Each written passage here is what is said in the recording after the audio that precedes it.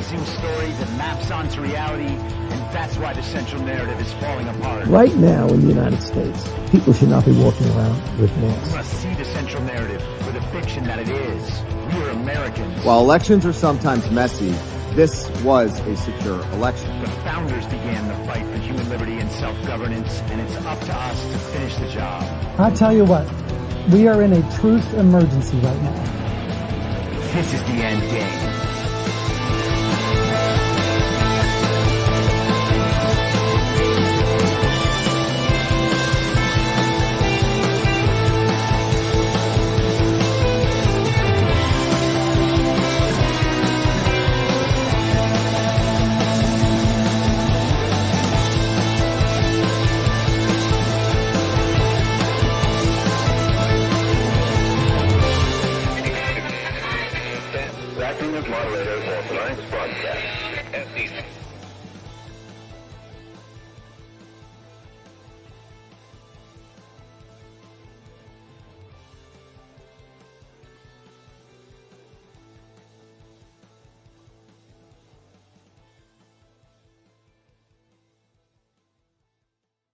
All the people that have gone out there against the mainstream media and said, you're going to call us racist, you're going to call us potential Timothy McVeighs, fuck you.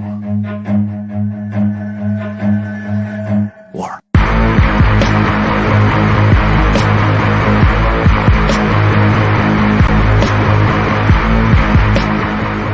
Immensely seductive. Quite sure he's right. An obsessionally neurotic. Pretty dangerous, in fact. Do you mean you doubt your powers to convince him? Worse than that. What I'm afraid of is his power to convince me. Let us never tolerate outrageous conspiracy theories. Sweetheart, be reasonable.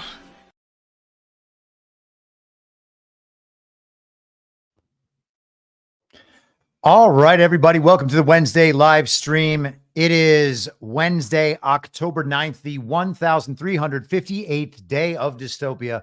I'm your moderator, Chris Paul. Let's be reasonable. So quite a week we have, at least in the mainstream narrative. Kamala Harris has finally started doing interviews. She went from doing no interviews or having interviews with a chaperone to showing up on every trendy show she can find. Just this week, she went on that ridiculous, like delusional liberal feminist podcast, Call Her Daddy. She's been on The View. She went on The Late Show with Stephen Colbert. She went on Howard Stern and 60 Minutes. And what else do we have? I feel like that's not even it. She's getting herself out there. Kamala Harris, never a woman known to be putting herself out there. I want to go through a couple of these clips because it's unbelievable. That is the sort of thing, if we were in a real campaign, and we are not, but if we were, we would be told that this is a sign that Kamala and her people know that Kamala is behind. She has had this radical shift in strategy. They would be running stories about how they've determined that the country simply doesn't know her well enough, and they really want to get her out there so people can better understand how she is and who she is. But that's already in conflict of what they've been portraying for this entire time. They give her these massive fake rallies.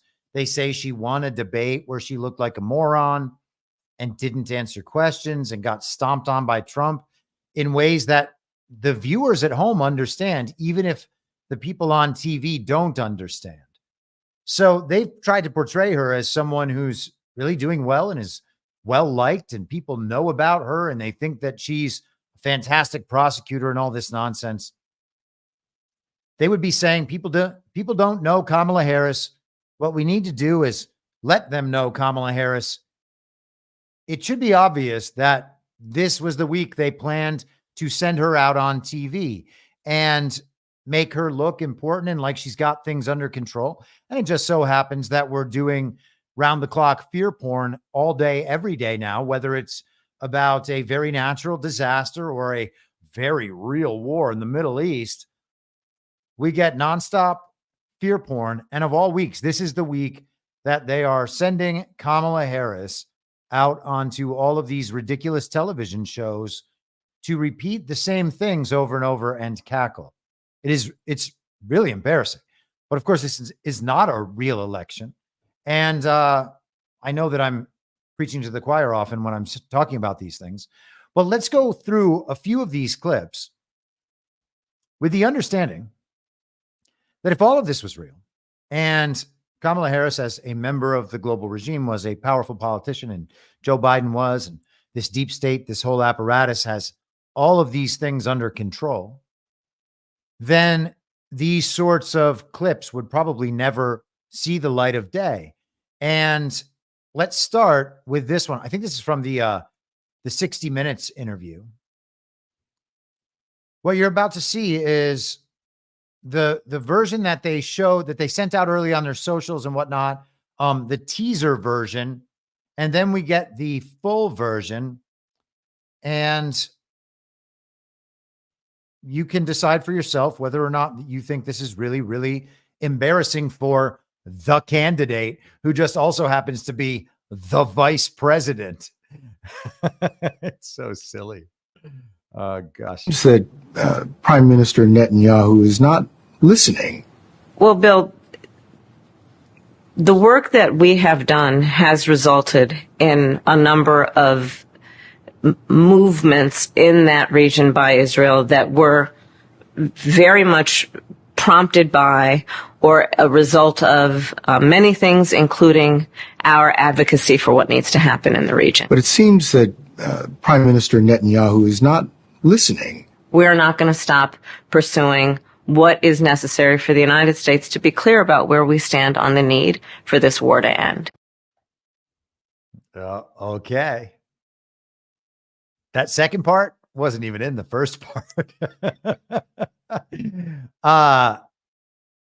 The end of her answer in that full answer, the actual answer up on top.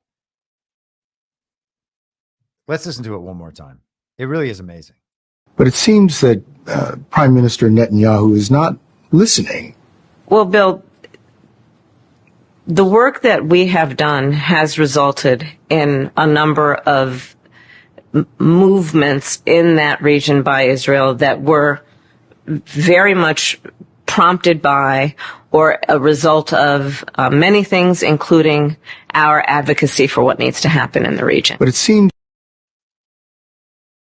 What are you supposed to make of that? I'm trying to wrap my head around what she just said. I think she said many of our moves were prompted. Wait, no, can we listen to it one more time? I hope you guys don't get too upset. It's so crazy. It seems that Prime Minister Netanyahu is not listening. Oh, wait, sorry. I want to go all the way back. Why wouldn't it let me go all the way? Oh, there we are. There we are. Let's just go right to her answer. The work that we have done has resulted in a number of. The work that we have done has resulted. Okay. So they did work. Now she's about to present the conclusion of that work.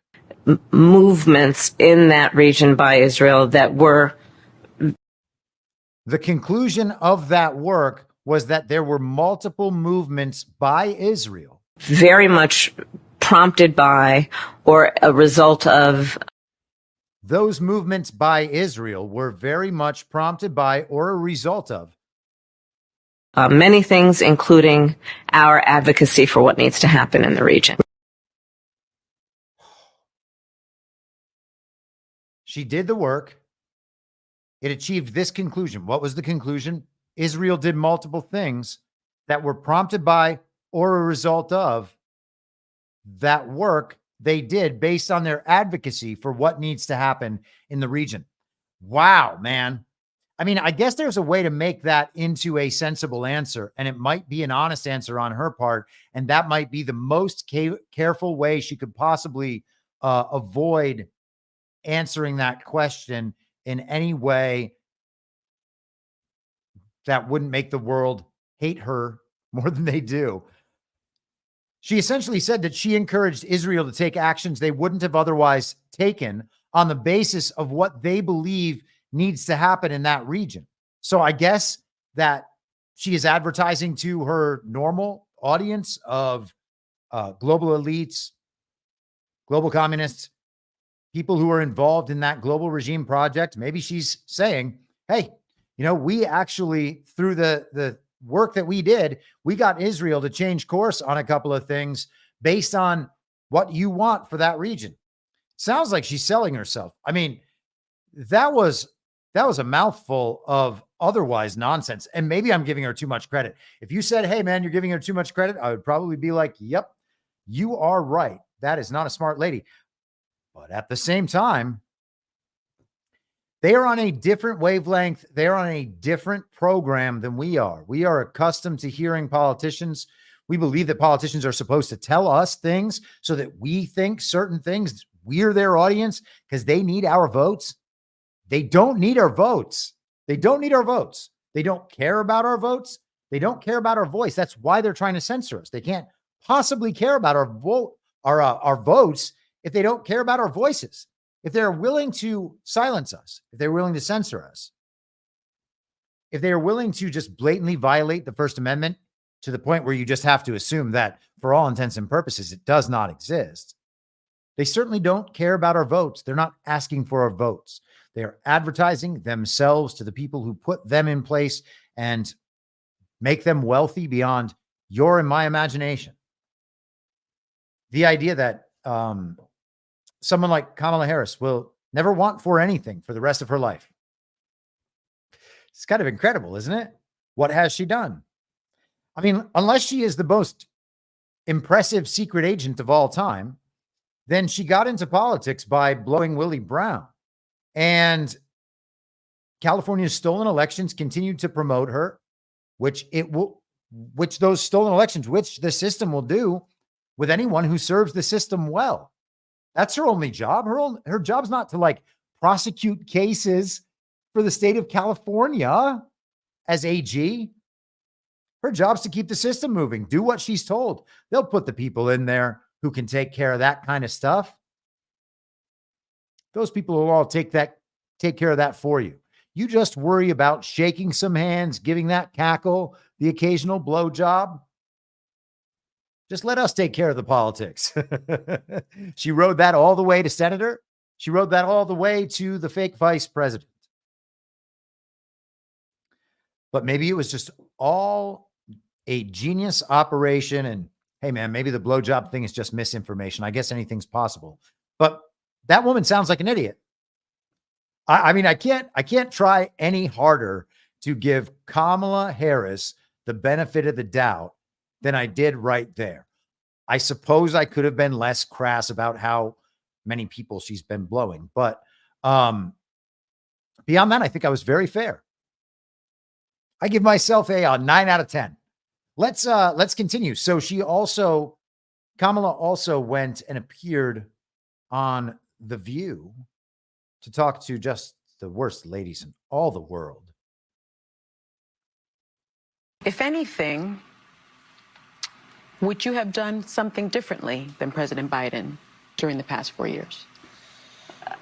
There is not a thing that comes to mind in terms of, and I've been a part of most of the decisions that have had impact.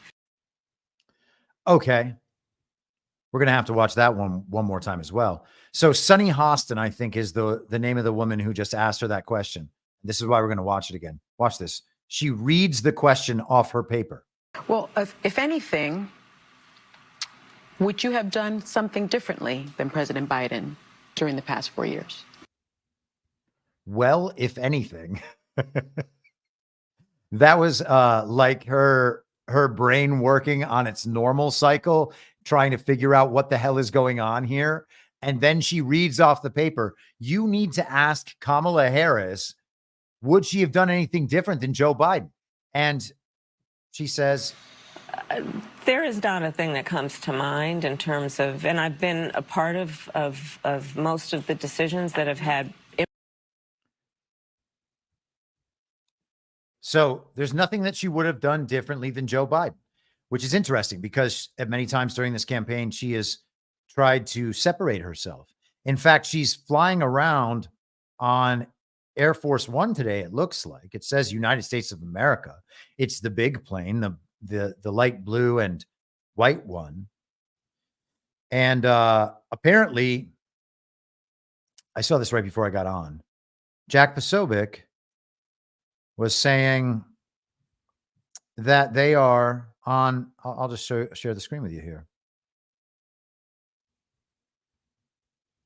They were apparently on the same tarmac together. Their planes are both in Scranton, Pennsylvania, home of old Scranton Joe Biden, breaking Kamala Harris and Trump. This is not breaking. Poso, come on, man. Kamala Harris and Trump are both on the same runway together in Scranton, Pennsylvania, and Kamala just ran away from him, per Trump campaign official. Stephen Chung posted that lovely video there. So Kamala Harris is pretending to be president, or fake president, at least. She usurped the Democrat nomination. I don't think anybody gave Joe Biden a choice. I mean, again, you can take this in two minds. It's crazy to think back. I said that, I think on January 21st, 2021 of this podcast, after they went and showed us the fake inauguration. I was like, hey, man, we're going to have to go in two directions on this. We're going to have to pretend that all of this is real. And we're also going to have to know that behind all of that, something else is clearly going on. And I think that I've stuck to that pretty well over the last 3.5+ years. And I think that many of you are totally capable of doing that. And that's kind of something that we all in this community do together, because it's the only way to make sense of any of this. And to try to only choose one of those paths is to detach from what's actually happening in the world. There are two things happening, and they are layered on top of one another. The denial of one is to miss half of what's going on.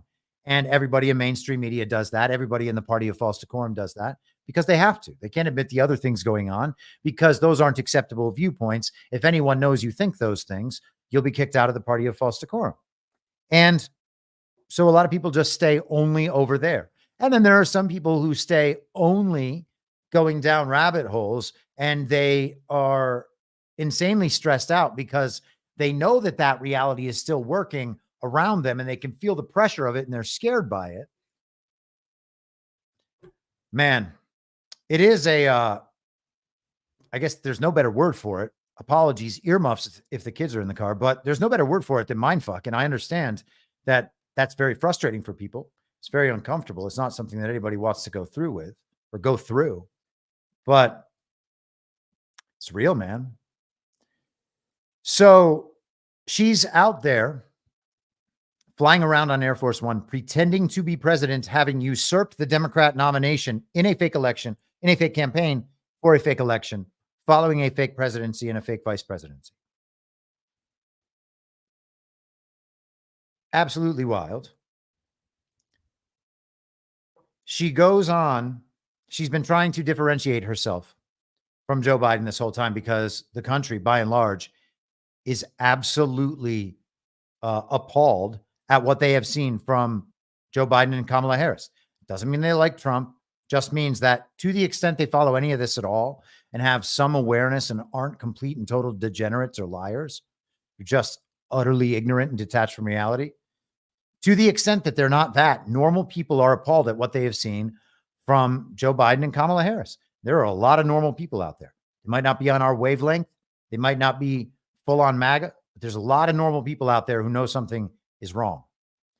And so they see Kamala Harris come on The View after trying to separate herself and differentiate herself and go down and stand in front of a vice presidential seal and be on a plane with a vice presidential seal. She's taking care of the hurricane victims. She's doing all this stuff. Nobody believes it. She goes on The View after having tried to make herself look presidential and very, very serious. And she says there's nothing she would have changed about Joe Biden. Wouldn't have done anything differently. That's pretty mind-blowing. So today, now both the fake fake president and the fake vice president are involved in, oh, wait, hold on. Before we get to that. So yesterday, while Kamala was on The View, Joe Biden went and scheduled himself a press conference. He did this last week too. Kamala went down, I think she was in northwestern Georgia, if I'm not mistaken. And she went outside to have a little photo op in front of some wreckage. And Joe Biden went and started his first ever press conference from the White House briefing room. First ever. In nearly 4 years of being fake president, he never once took questions in the White House press briefing room. Donald Trump was there doing a press conference almost every day throughout that entire middle chunk of 2020 when we were pretending the whole world was going to end and that people were going to drop dead in the streets if we didn't stand 6 feet away from each other in the grocery store. He was out there every day telling the truth. I mean, I guess to the extent that he was able, that's how we can hope that went. He certainly told more truth than everybody on the mainstream media and all the people who are his detractors about how he handled COVID. Those people certainly aren't in touch with the sort of truth that Donald Trump is, nor can they tell truth in the way that Donald Trump can, because Donald Trump is trying to do something very difficult, which is to be honest about what's happening and also realistic about what needs to be said and what needs not to be said in order to keep things on track. And again, that is a charitable interpretation that is open to reevaluation, certainly in a few months, depending on how these next few months progress. I mean, at some point, if you don't consider that that we might have gotten something wrong at the higher levels, I don't know what to tell you about that. We should all have the intellectual humility to understand that we might still be wrong about something important. But otherwise, we're talking about people who don't have an inclination in any situation to tell the truth. And that is why they lie so often. Their world is built on lies. The regime is built on lies. It always will crumble unless they can seize total and complete power. And it doesn't seem like they're willing to do what's necessary to do that. And ultimately, I'm not sure that would work, because that sort of thing would wake the people up immediately, which is why they're trying to outsource all of that work and all of those atrocities to the machine. They want the AI to decide that sort of thing. They want the robot dogs and the machines to carry out the atrocities that they are unwilling to carry out for themselves. And that is why they're creating that world, so that someone other than them can keep us in line. They will only make the big decisions at the top, and they will have their areas of the world. It'll be a lot like, did you ever see that movie Elysium? It's really not very good, which is why I haven't chosen it for Story Hour, but maybe at some point we will have to. But that's kind of the vision. That's why they have all those, those wildlife refuge areas throughout the country. They are keeping that land for themselves for later. Let's see. So Joe Biden did a press conference while Kamala was on The View.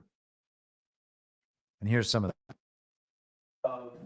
Political figures sharing misinformation during this time. Past his prologue is real, but the fact of the matter is, I think we have. I've been able to contact all the governors. They are sticking up for what they've asked for. They're pointing out that they're satisfied with everything they're getting. But I can't speak for others on the internet. And I mean, just look, those who do it to try to damage the administration. Well, we can take care of ourselves. But it misleads people. It puts people in circumstances where they panic, where they really, really, really worry. They think they're not being taken care of. And it really is, it's going to sound, I'm using an old phrase, it's un-American. It really is. People are scared to death. People know their lives are at stake. all that they worked for, all that they own, all that they value. And it's just, anyway. There he is, decent old Joe Biden. Joe Biden, the decent man. That's Scranton Joe right there, the decent family man. You might remember that the adults are back in the room. So all the claims of things going wrong down in North Carolina and the government not responding, those are all conspiracy theories on the internet. It's just people trying to hurt the administration. And of course, they can take care of themselves, but he's still going to let the country know that it's not the illegitimate and fake Biden-Harris administration that's failing to respond to these problems. That's all a conspiracy theory. Man, I don't know what he thinks. Assuming that we're getting good information. I mean, some of the people in the community, I have people in my chat who I have every reason to believe are real good people who have been there for a year. They're affected by the storms in North Carolina. One of the guys was rebuilding a road with the people in his community this week. And hey, man, maybe we are seeing an example of the fact that the federal government, maybe DHS, just saying, at some point, elements of the federal government are going to be dissolved. And to suggest that none of that has happened at all, it could just be a TV show, that any of this is even relevant at all anymore. Donald Trump won in 2020 by a lot. Joe Biden did not receive 81 million real lawful American votes. He was not properly certified. He was not properly inaugurated. He has not been a real president for one single day in the history of the world and the history of Joe Biden or whoever is playing Joe Biden at this point. I don't know, man. Donald Trump has said a lot of things over the years. Those things have been widely reported in mass media and people just ignore them. They're like, well, that was an isolated incident. The media debunked it. We all moved on. It can't be true. He said a lot of things over the years. Unprecedented fraud requires an unprecedented cure. Talked about certain elements of the Constitution being suspended in times of war, times of emergency. Do we have those? Yes, we sure do. Did he declare an insurrection based on the fact that the country had been usurped and hand in hand with foreign entities was being taken over, that Americans were being framed for that? The idea that he did nothing and he's just hung around with this level of popularity that has only grown since 2020, despite being trashed in every way imaginable, his supporters being persecuted and prosecuted simply for supporting him. Despite all of that, the fake indictments, everything, he is more popular than he ever was. So that is a well-run info op. It is also suggestive that a lot of people liked Donald Trump before 2021. More than enough to have legitimately elected him president. He still seems to have the mandate.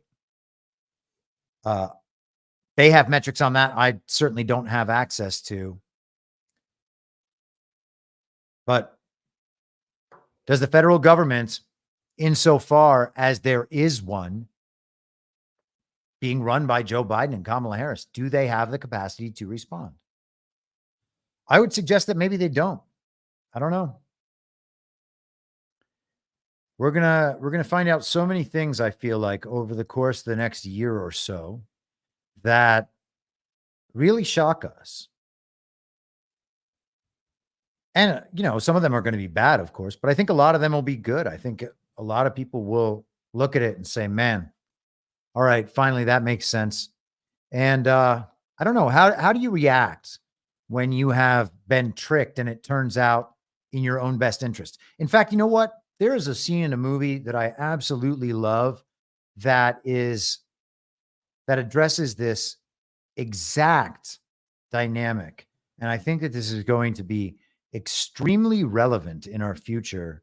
And it's going to be, I think, upsetting for a lot of people. And I think it's going to be upsetting to watch. But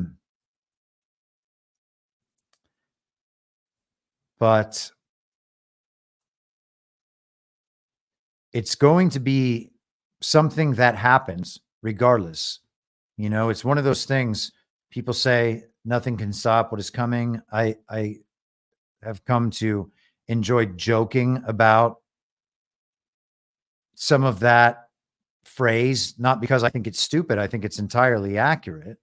And I think that phrase is a blessing in many ways because it clarifies something important. And I think that maybe people have clung to it too much for faith, but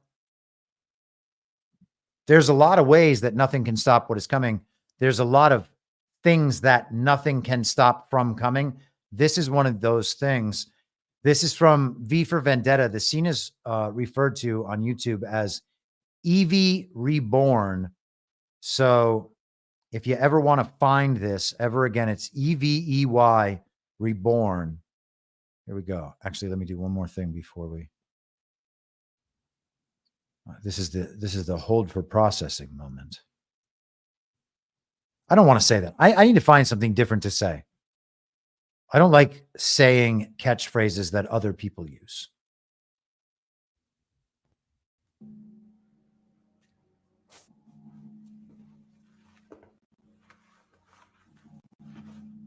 Hello, Evie. Yeah.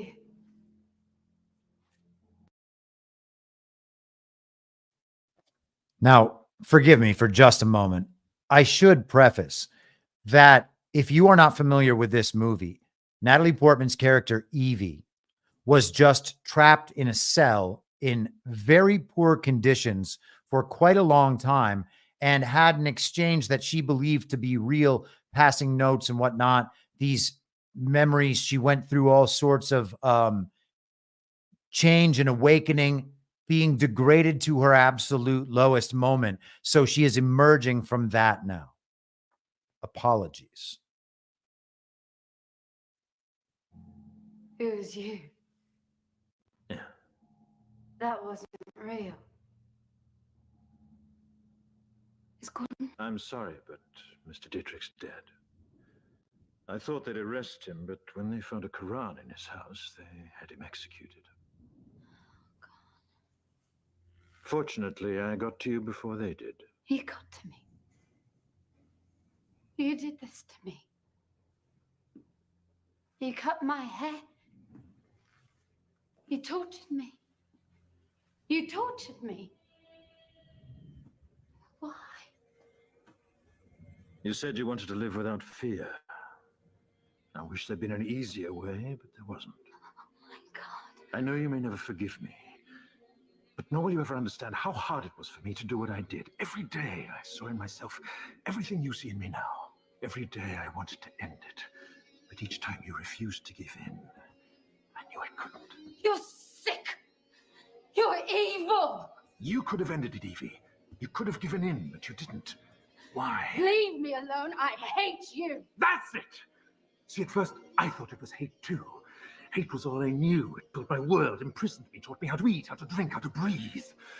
I thought I'd die with all the hate in my veins. But then something happened. It happened to me, just as it happened to you. Shut up! I don't want to hear your lies. Your own father said that artists use lies to tell the truth. Yes, I created a lie. But because you believed it, you found something true about yourself. No. What was true in that cell is just as true now. What you felt in there has nothing to do with me. I can't feel anything anymore. Don't run from it, Evie. You've been running all your life.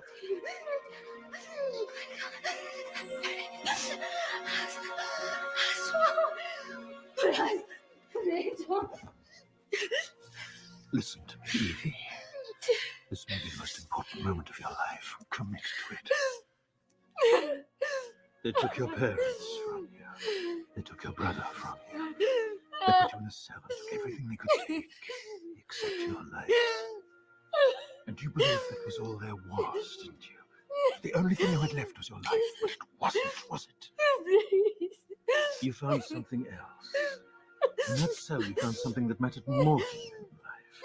Because when they threatened to kill you unless you gave them what they wanted, you told them you'd rather die. You faced your death, Evie. You were calm. You were still. Try to feel now what you felt then.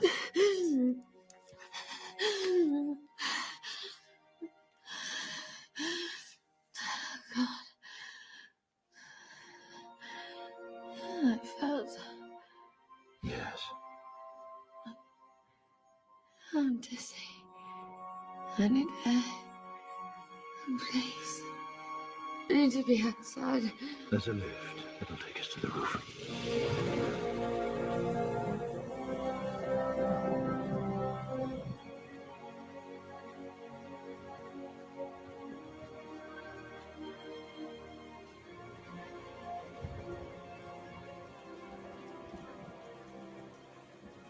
Got us in the rain.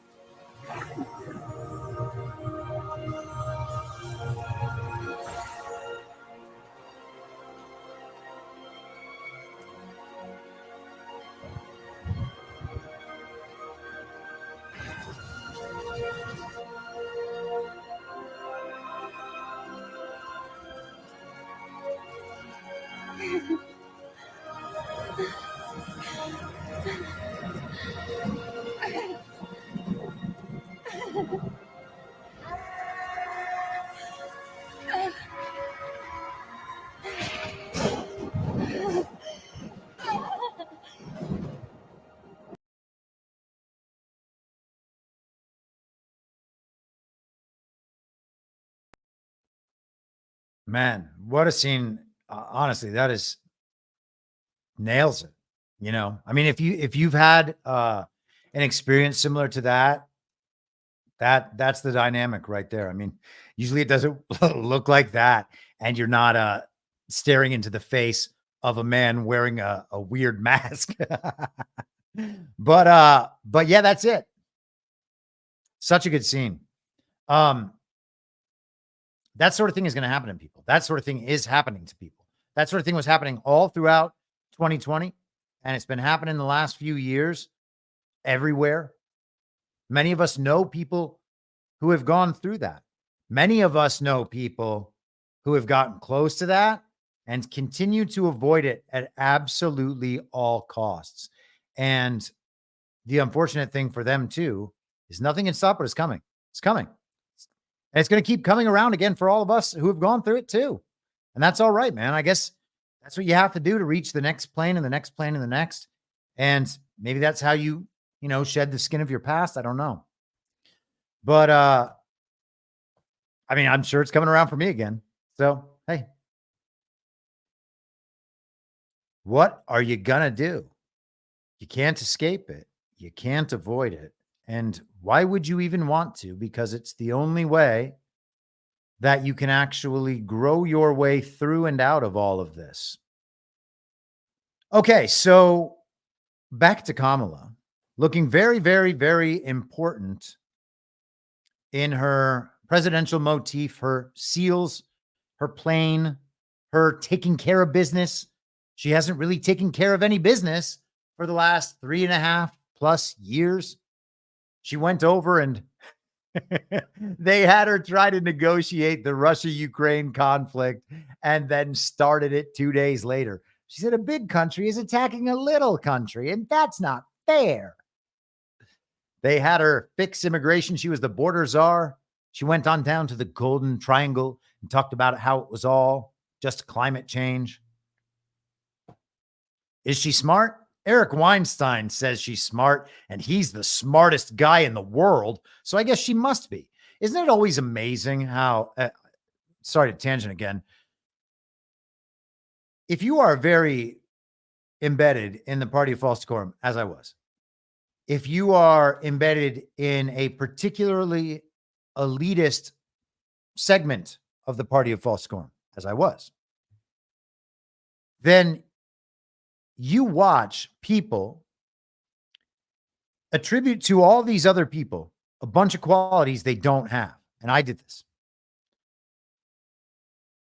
If you're friends with someone important and someone asks, oh, how is that guy? You're like, oh man, he's the best. Smart guy, super successful. He could be a total scumbag, but if he's on your level or above in the party of false decorum. Well, not necessarily your level, because maybe you just squash those people and maybe it's worth it. But above, and you know that you can't afford to offend that person, well, you're going to say all sorts of nice things. Not that they deserve to have those nice things said. Maybe they're not very good people. Maybe they're not all that successful and they just got some money from their parents or, won some bullshit lawsuit or something. Who knows? But there's a lot of times where the people don't deserve the compliments. People deserve compliments because they're actually good, and they're actually good. And it's a reflection of character on a person, whether or not they're willing to be honest in their assessments of other people. And by the way, honesty includes, you know what? I'm not a big fan of that guy, but I don't want to say anything bad. So, and that's enough, right? You don't owe anybody explanations. Oh, man. I don't know how someone like Eric Weinstein could actually believe that Kamala Harris is smart unless he's privy to a whole lot of information that he's unwilling to share. And he didn't share additional information. He just said, oh, she's much more clever than people give her credit for. Okay, maybe. Or maybe she's just willing to do absolutely whatever she's told all the time and let people use her in whatever ways. She's Indian, now she's black. She's a communist. Now she's a vicious prosecutor. People just give her different identities. She represents all of them. Different viewpoints. She represents all of them. She's an intellectual and spiritual whore. Well, what else can you say, right? And this isn't about her being a woman. There are plenty of men this way. I would describe Joe Biden the same way. I would describe Barack Obama the same way. Any man, I would describe Michelle Obama the same way.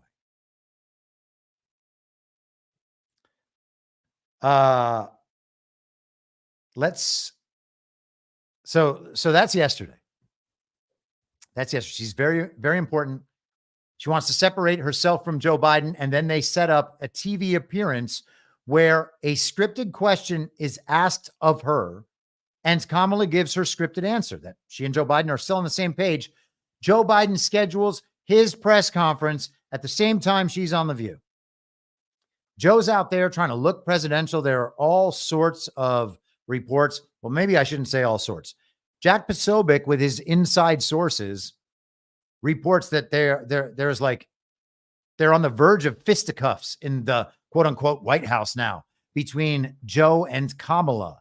They just their teams are going at it. Now, Poso is an information operator. Okay. Good or bad, doesn't matter. I find him at least somewhat entertaining it when he's not stealing my ideas. In fact, you know what? I find him more entertaining when he is stealing my ideas. I don't have a problem with him. Other people do. Most of that is from the Q posts. I get it, guys. I get it. I just don't understand why anyone thinks that their personal interpretation of the Q posts or even the community's interpretation of the Q posts is some hard and fast fact about the world. You don't even know that you're interpreting the post right. And then we can go into the issues beyond that. And I wrote 25,000 words on the Q operation. I think it's a fantastic information operation. I think it has been one of the catalysts of the awakening. I have nothing bad to say about the operation overall. It's encouraged people to seek out information they would have never found out otherwise, put things to get together in a way they never would have. I think all of that is brilliant. At the same time, I don't think it is something that we put our faith in a Q post, which is really just us putting our faith in an interpretation of a Q post. We still have to judge for ourselves beyond that. And we have to consider that maybe the interpretation of the Q post that would give us an explanation for a situation might not be the right explanation. Like the fact that things match up doesn't mean that we have fully discerned a dynamic or a person or a situation, whatever it is still on us to get those things right and to be understanding them in a way that will make sense to us, in a way that is actionable for us in our lives. And if the issue doesn't touch us at all, then fine, you keep an open mind about it. You don't need to make a decision. Why make a decision? You should only make a decision when you have to make a decision. Otherwise, you just keep getting information and watch and observe and try to analyze that information rationally and objectively. And then eventually you have to make a decision. And at that point, you've done your homework and you've observed and you've tried to understand your own biases. And at that point, maybe you make a better decision. Let's continue.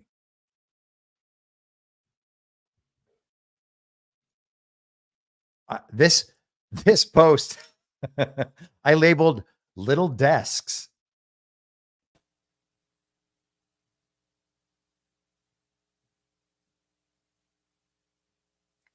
And for those just listening, there's no sound in this portion of the video. I thought that there was some, maybe there's not. So what you're seeing is the White House set across the street in the Eisenhower Executive Office building, or at least that's where we've been led to believe it is.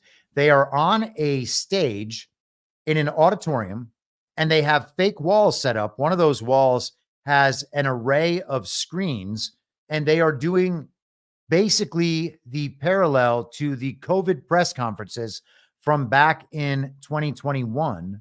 And I don't know if they kept doing this in 2022, but the fake president, Joe Biden, is calling in to all of these people to hold a hurricane briefing. Status update, hurricane briefing, it says on the top of the wall of screens. And so a bunch of people are going to talk about the hurricane with the fake president, and he is going to pretend that he is doing his job. Where are they filming this? Why isn't this in the Situation Room of the White House, for instance? Why? Why is it across the street? Why is there an additional fake White House down the street the other direction that is now a museum? We covered that on the podcast a couple of weeks ago. If you're hearing about that for the first time and you missed that episode, go back and listen to the episode, or I can point out and highlight the article for you if you hit me on Telegram. But fake White House. There's another fake White House down the street. Who knows how many other fake White Houses there are? It's not a conspiracy theory to wonder that. It's not a conspiracy theory to look at this and say, that's a fake White House. It is a fake White House. This isn't modeled to look like any room in the White House, which is what was even stranger about it. Although maybe that kept it from, that idea of the uncanny valley. Maybe if they had arranged it to look like a room in the White House, that would have prompted even more quote unquote conspiracy theories. But they did that as well. They already filmed at least one scene in a fake Oval Office. I can't imagine they filmed any scenes in the real Oval Office, but honestly, who gives a shit about the real Oval Office at this point?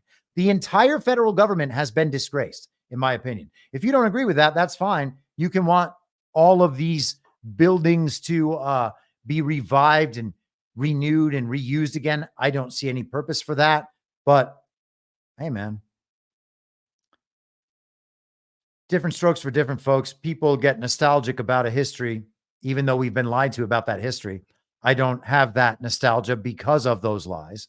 So it's all good though. I could go either way. If Trump says, hey, we're going to use the old White House, I'll be like, what a lovely White House that is. I hope you can somehow fumigate it or something.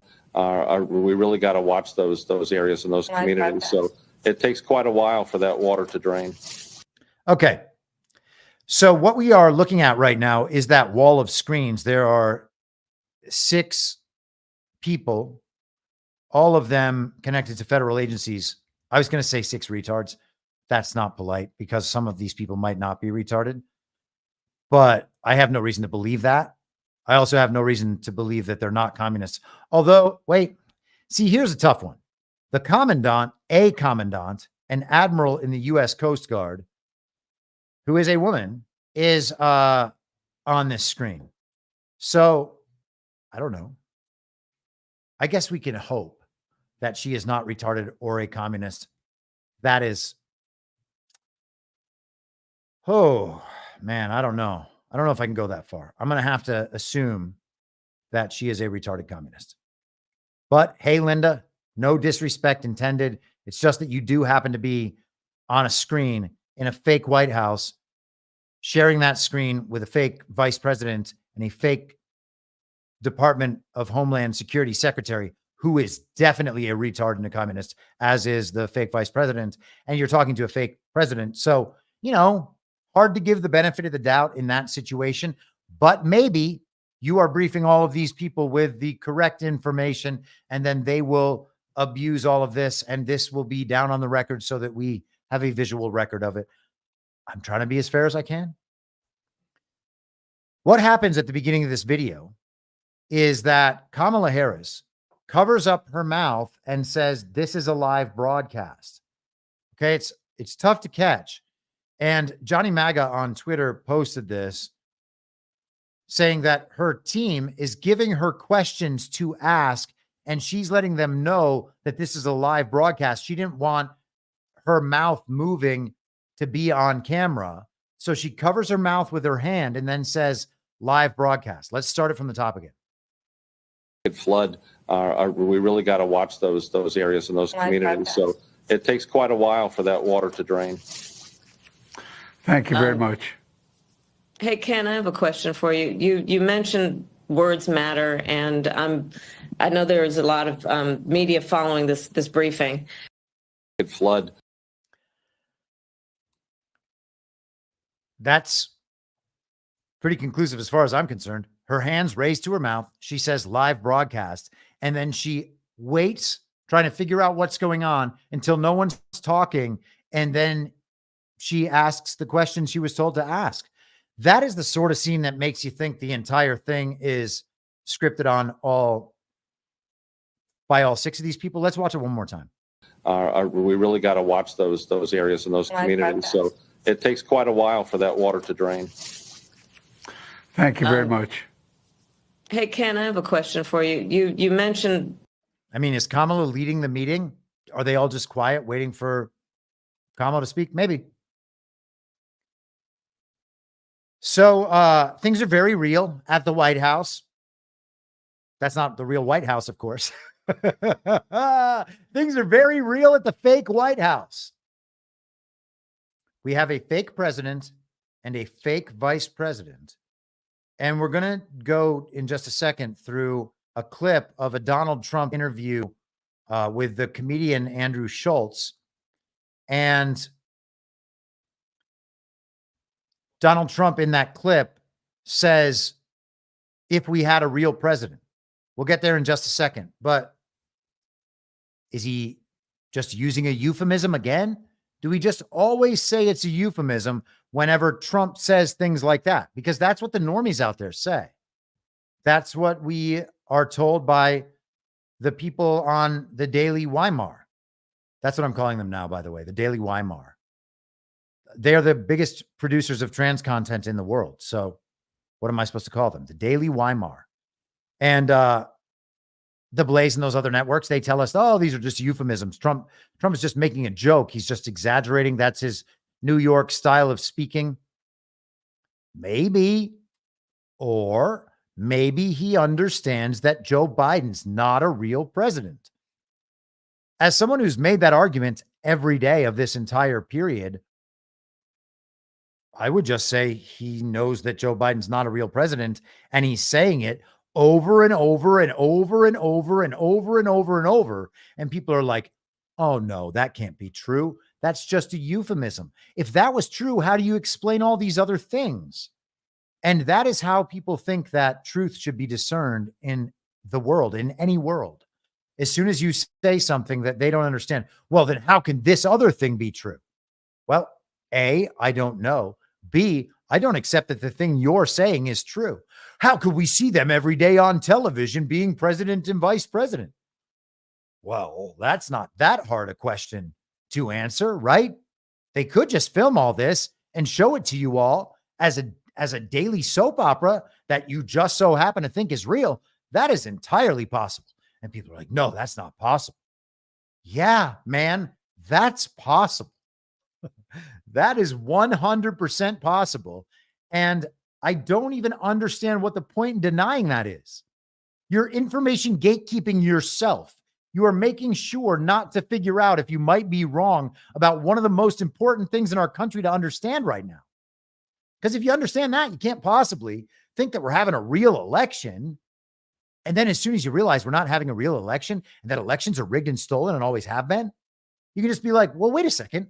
Why am I groveling and trembling in fear over this election that is not real? There's going to be a psyop that happens on 11/5. And remember the 5th of November, we just looked at a scene from V for Vendetta that prominently features that poem. So it's entirely possible that you have just been shown a television show your entire life about what our country is. And your education at state-funded and state-sponsored schools leads you to believe that's how it is. And you're like, oh, I went to private schools and a private college. Well, I went to a public school and a private college, and I can tell you that they both receive government money. I mean, so what's the difference, right? And they both convince their students of the underlying truth of the central narrative. And occasionally, I guess you could probably find college professors who will attempt to work against the grain, and then they are shunned and shamed and silenced. What do we think this is? Everything on the television is geared to convince you of the truth of the underlying truth of the false reality. And our schooling does the exact same thing. And then if the government has enough influence and enough power, or it can keep people cowed enough that they can implement whatever policies they want in your business, in any business you go to, of course, all the big corporate chain stores, in what part of your life is that projection not on, not present, not always active? How long does that cycle have to go on with utter fakery before it becomes the only reality that people know, and then they confidently communicate it to not only each other, but their progeny? I would suggest to you that that can happen in a matter of a few generations, and I would suggest to you that we have been through countless cycles of that happening. And here we are today. And so if you're not prepared to reject all this stuff, I don't know what we could possibly still be doing. What do you need to be shown to make you reject these things? And just in case it's these things, I guess I'm going to show them to you. Let's look at a few more videos here to see just how far into this false reality we are. This, we are told, comes from some official source. It just keeps going around on the internet. This is supposedly, wait, does it have, here, let's see. Let's see what this watermark is.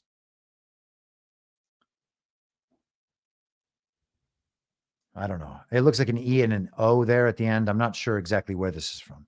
This went around the internet yesterday.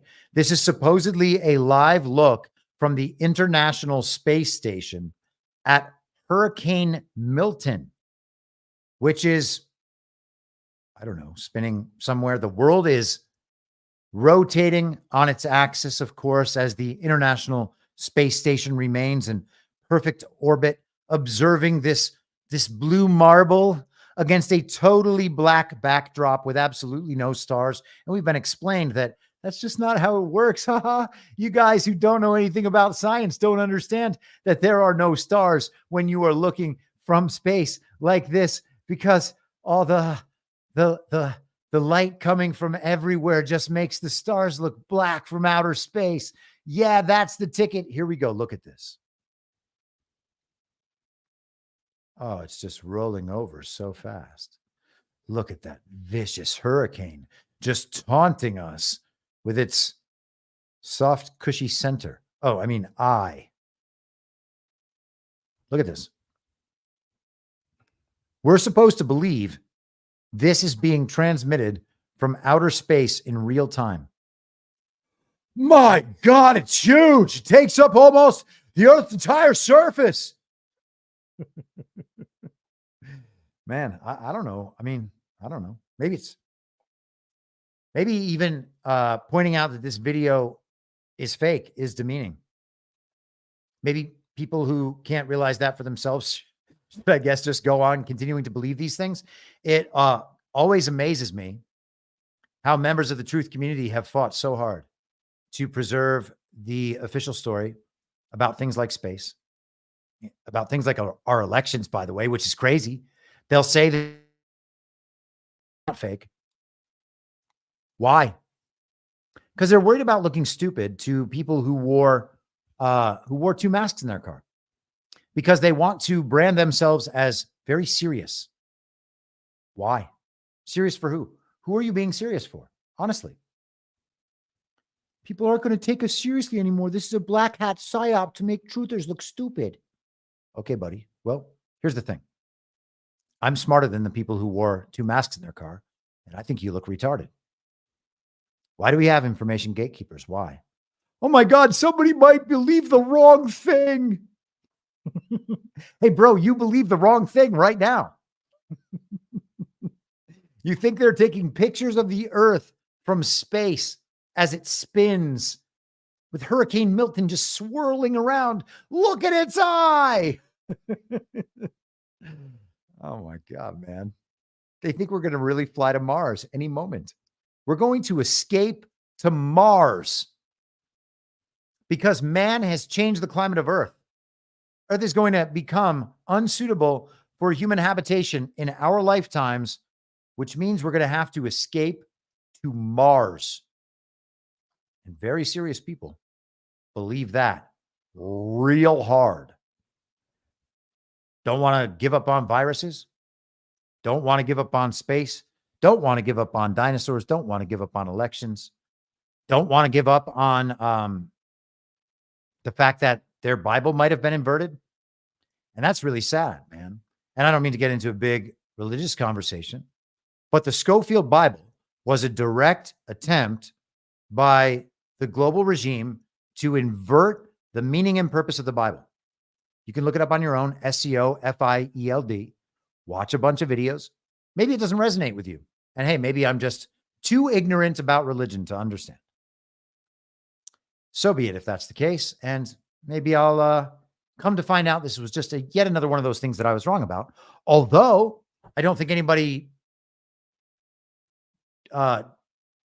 denies the historical existence of the Schofield Bible. I mean, you could go pick one up in a store. I don't think anybody denies who it was written by. So really all we need to understand is what the intent of the writing was. And the intent can not only be gleaned by why it was written, the direct source. The intent can be better understood by the fact that there have been multiple editions. So the understandings of different parts of the Bible have been changed over time according to the needs of the agenda. That's a hint, a pretty good hint. And then you can just look directly at the text and say to yourself, does the meaning described here reflect the literal words on the page and their literal meaning? No. In fact, it's a convoluted and complicated inversion of that meaning. It's telling me that the passage to my eye means the exact opposite.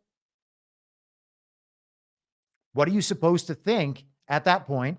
Understanding the history, understanding various revisions, understanding the original intent, and understanding the words on the page. The only claim that book has is to expertise and to the fact that pastors around the country preach from that Bible. And you say, no, my pastor has done the work on this. Trust the experts. All right. Yeah. Trust the experts. Trust the experts. I just read a question from Catgirl88 in the chat. Catgirl88, ask me that in the second half of the show. And I guess we're in the second half of the show, technically. Ask me that once I'm done with this stuff, and I will absolutely answer your question. Okay. And if you can find me that clip that you're referring to, she's asking about a clip of the Elon Musk Tucker Carlson interview. If you can find me that clip, it would be even better because I'll play the clip and then I'll answer your question. I have not listened to that interview yet, so I haven't seen that clip. I don't particularly care that much about that interview. And I appreciate both of those men insofar as they are part of the information operation. If they are not part of that, then they are both evil. I appreciate Elon Musk to the extent that he is a defense contractor and fully on Donald Trump's side, and Donald Trump seems to be on his side. But if at some point in the future it strikes me as that being an improper interpretation, I will absolutely reverse that interpretation with no hesitation whatsoever and try to run in the opposite way as fast as possible. I mean, that's the best we can do.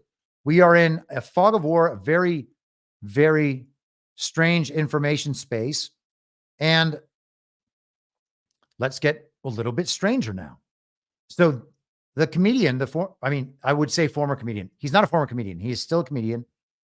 He was formerly a Hollywood comedian who got summarily kicked out of Hollywood before I did, awake long before I was awake. Owen Benjamin. He is, you might not agree with everything he says. You might not think he's funny. I don't really care. I don't care what people's interpretations of other people are. It's so strange that everybody's, oh, I don't like that guy. Oh, that guy's not even funny. Why is he not funny? Because you don't want to agree with the things he says. You think he's mean. You think he's off base. Okay. But he is funny. I mean, he is funny. This isn't even him, by the way. He just posted this on Telegram earlier today. So I haven't vetted this video. This video presents itself as a video from the BBC that looks like it was probably taken in the 90s or maybe early 2000s. If this video is authentic video from the BBC from that time, then what you see in it is kind of mind-blowing. And the visual is, as important as visuals are. So if you're just listening to audio, there is a BBC reporter stationed outside this, looks like some kind of electrical plant. It's got that look to it. And it is apparently a building that is run by NASA that shoots out a massive cloud of apparently water vapor that is to change the weather. Could all of this be a psyop? Yes. Could all of this have been created by AI and made to look like an old video from the BBC? Yes. Barring those possibilities, I'm not sure of any other possibilities why I would initially think to deny this thing. So are we getting tricked? Entirely possible, but let's have a look.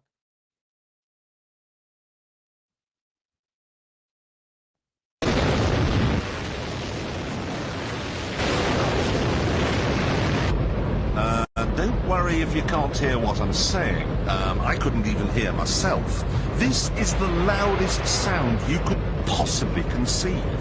And as it turns out, the cleanest.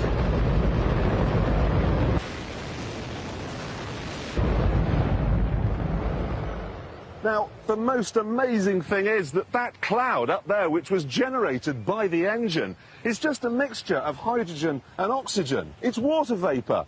And in about an hour's time, someone in Mississippi is going to get wet washing. It will actually rain. I told you. It's raining. That's unbelievable. Oh. NASA's playing God. It's making its own weather. NASA is playing God. It's making its own weather. Okay, so were we psyoped? Let's assume that we were not and that video is authentic. He's talking about Mississippi. He's talking about that thing making it possible to create rain in an hour's pretty quick. You're going to just shoot all this stuff out. It's water vapor, we're told, and it's going to create rain in an hour. Is that technology available? Does that exist? I mean, if it is and it does, that's 25 years old. Maybe someone in the chat has already vetted this sort of thing. I want to take a peek.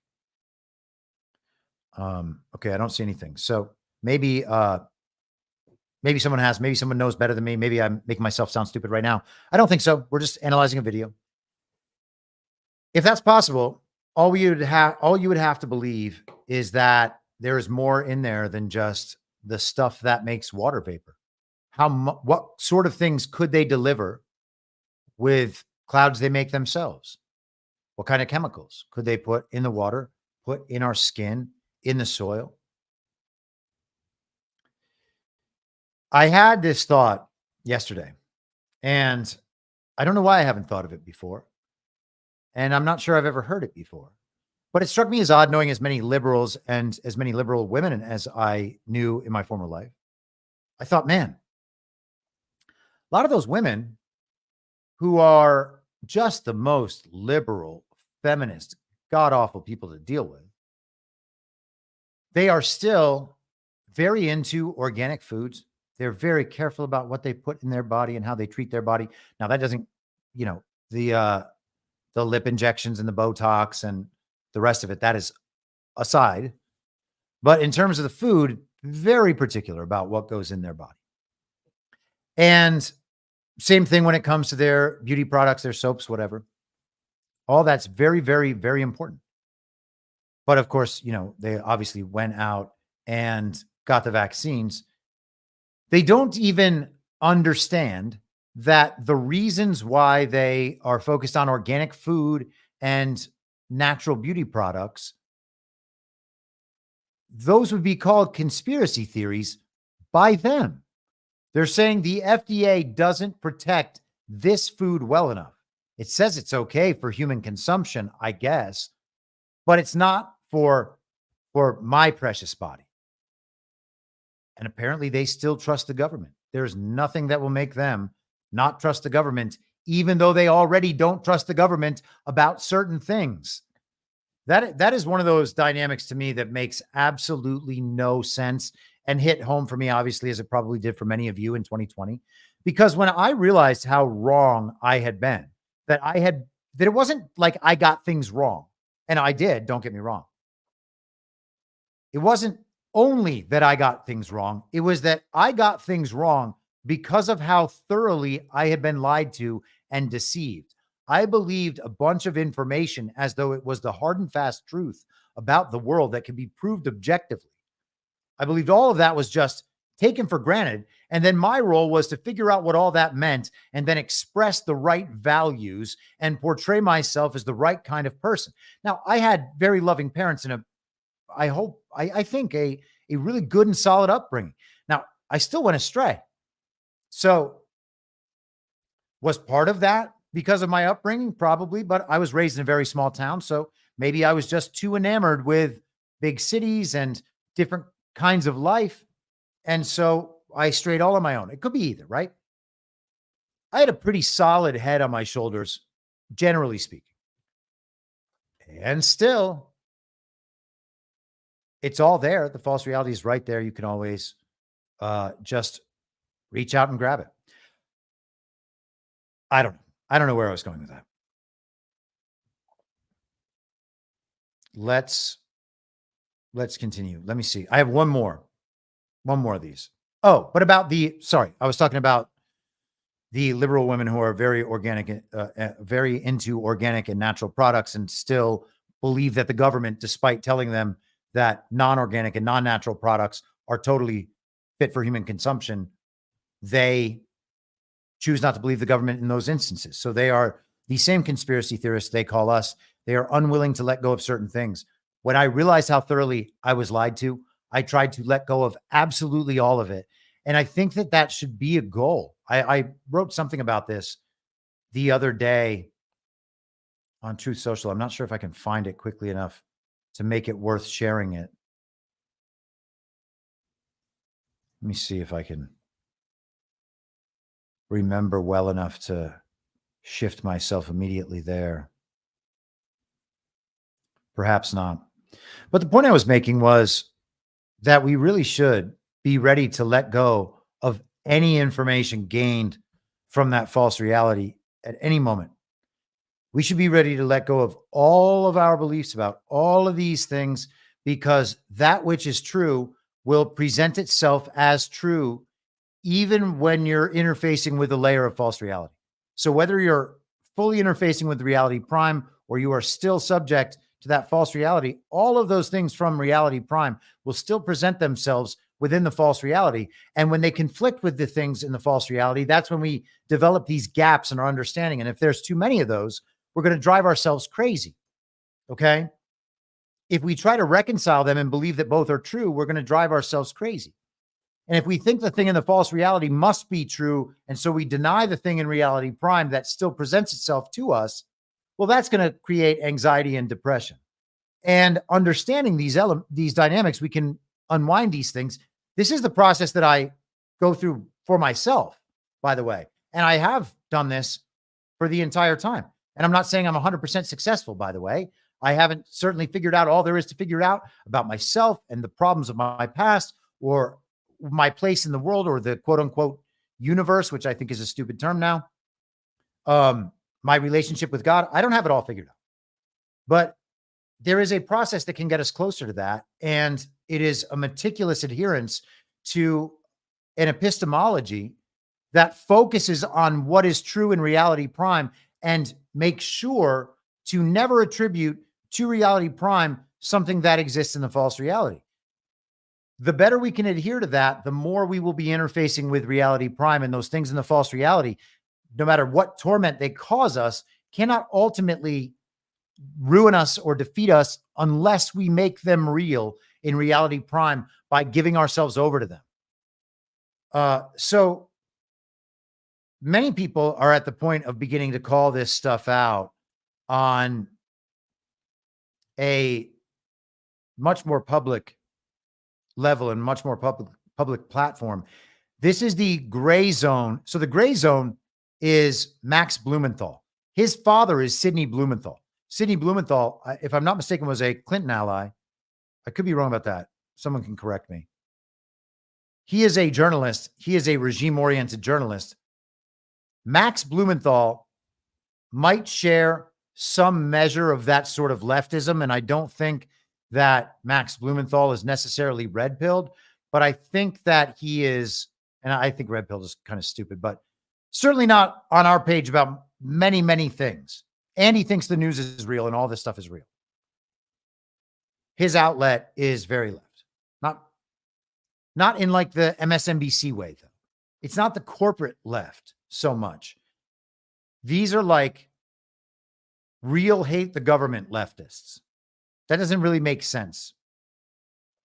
Maybe they don't realize they're not on the left and shouldn't continue supporting some of this nonsense. But hey, man, maybe this is just the communist movement and how the communist movement always takes over movements like anti-government movements like the America First movement. We are not anti-government because we are anti-government because we want the Constitution to be adhered to. It is clearly not that now. Our government is corrupt and illegitimate. But we don't want collectivism. And these people do want collectivism because they only see the world through collectivism. And maybe it's just the godlessness of it all and the nihilism that doesn't allow them to get through. I've talked about the same dynamic before when it comes to the postmodernists and how they are correctly observing the layers of false reality. But with the atheism, the nihilism, the scientism, and the materialism, they're not able to see anything else other than that. So they think there's just nothing, period. And hey, man, maybe there's just nothing, period. And I'm wrong, but I really don't think that that's the case.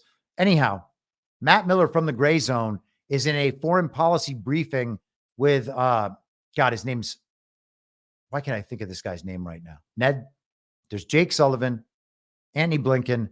The security advisor is, man, look at that. My mind just craps out right in the middle of the show. I'm searching this because I'll be, there he is. Wait, no. Is it not Ned? It's this guy. I found the guy. I could just play it. Ned Price. That's what it is. Whew. Check this out.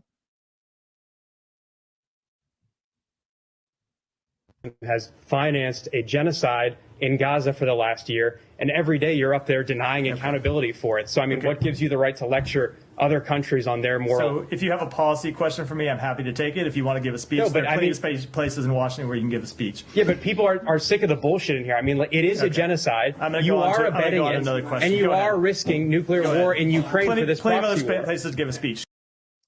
All right.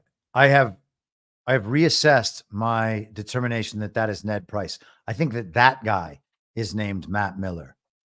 Biden foreign policy.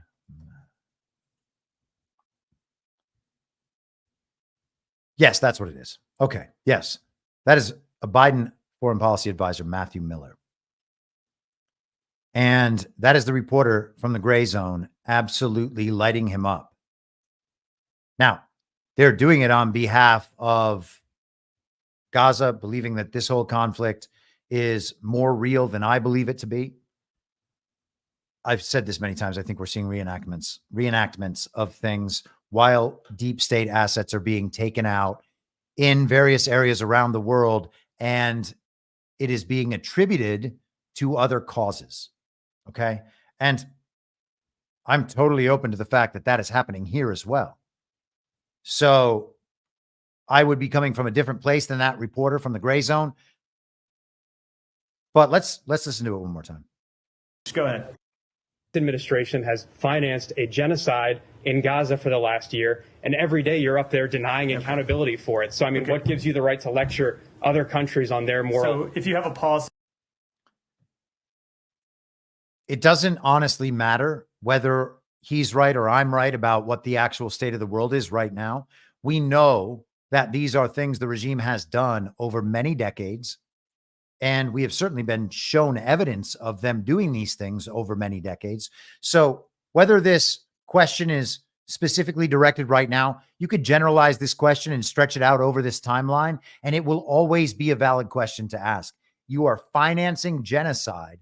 What business do you have making moral assessments on the behavior of other nations? And that is exactly right. And then, of course, you can add to that the fact that Joe Biden ain't a real president.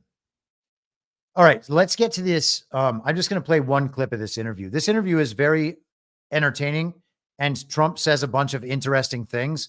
I'm not 100% on board with this interview because the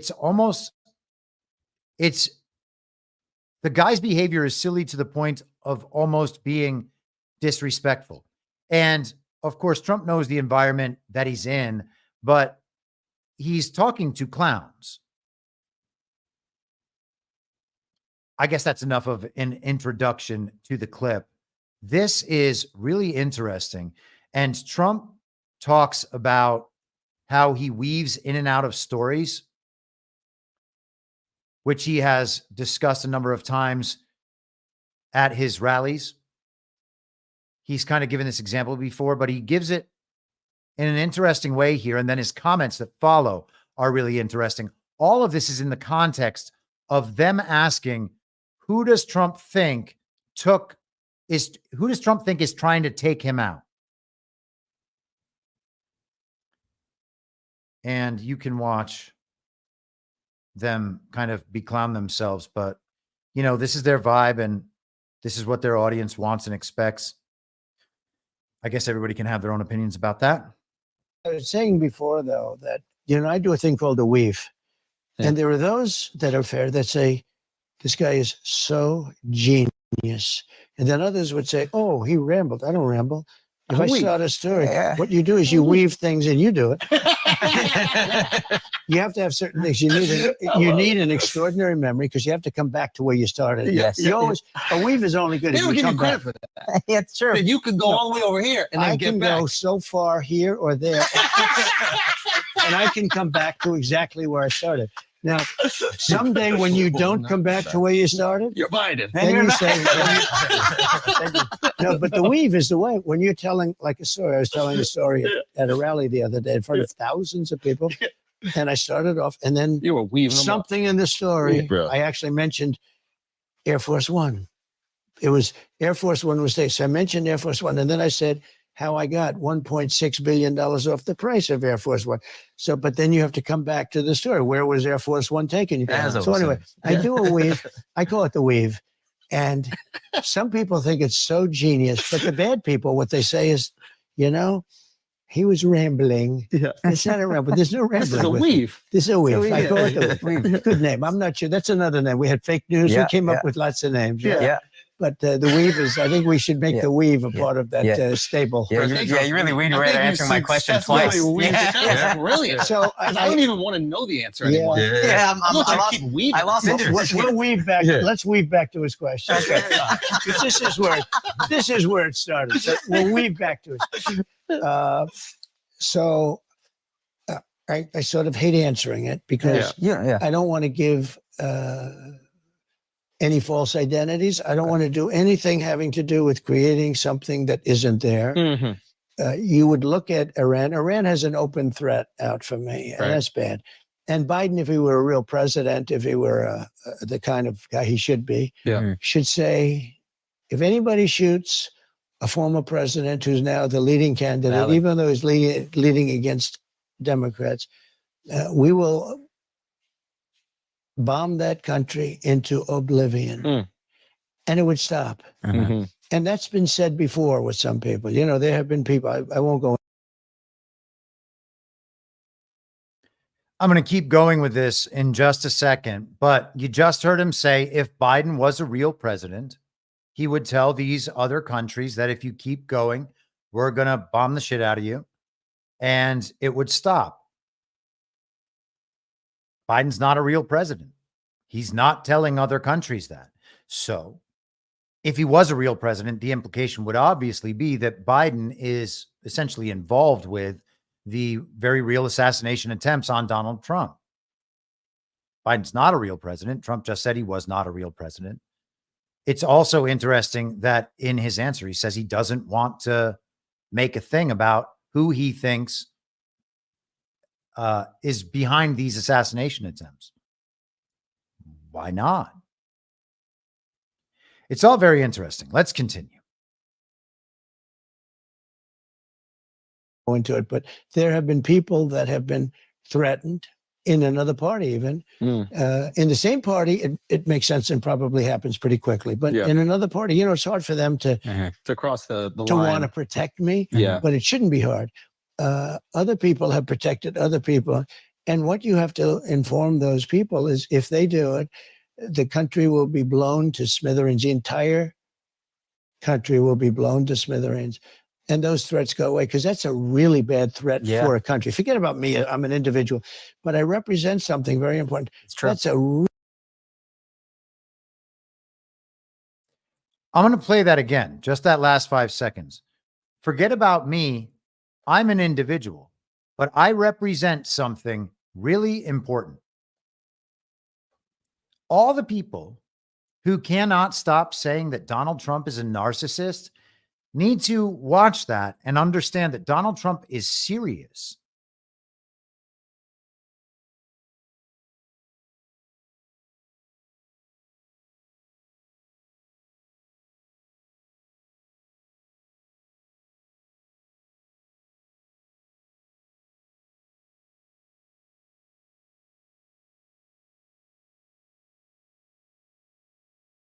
The country will be blown to smithereens. The entire country will be blown to smithereens. And those threats go away, because that's a really bad threat for a country. Forget about me. I'm an individual, but I represent something very important. That's a really terrible threat. So, I mean, there are others that could be in that category. Look, I took in hundreds of billions of dollars from China at a level that no president took in anything. I had tariffs on China, took in hundreds of billions of dollars. They're still there. That without me, they wouldn't have those tariffs on. So you could say, but no, I think Iran would be the one. All right, guys, let's take a break.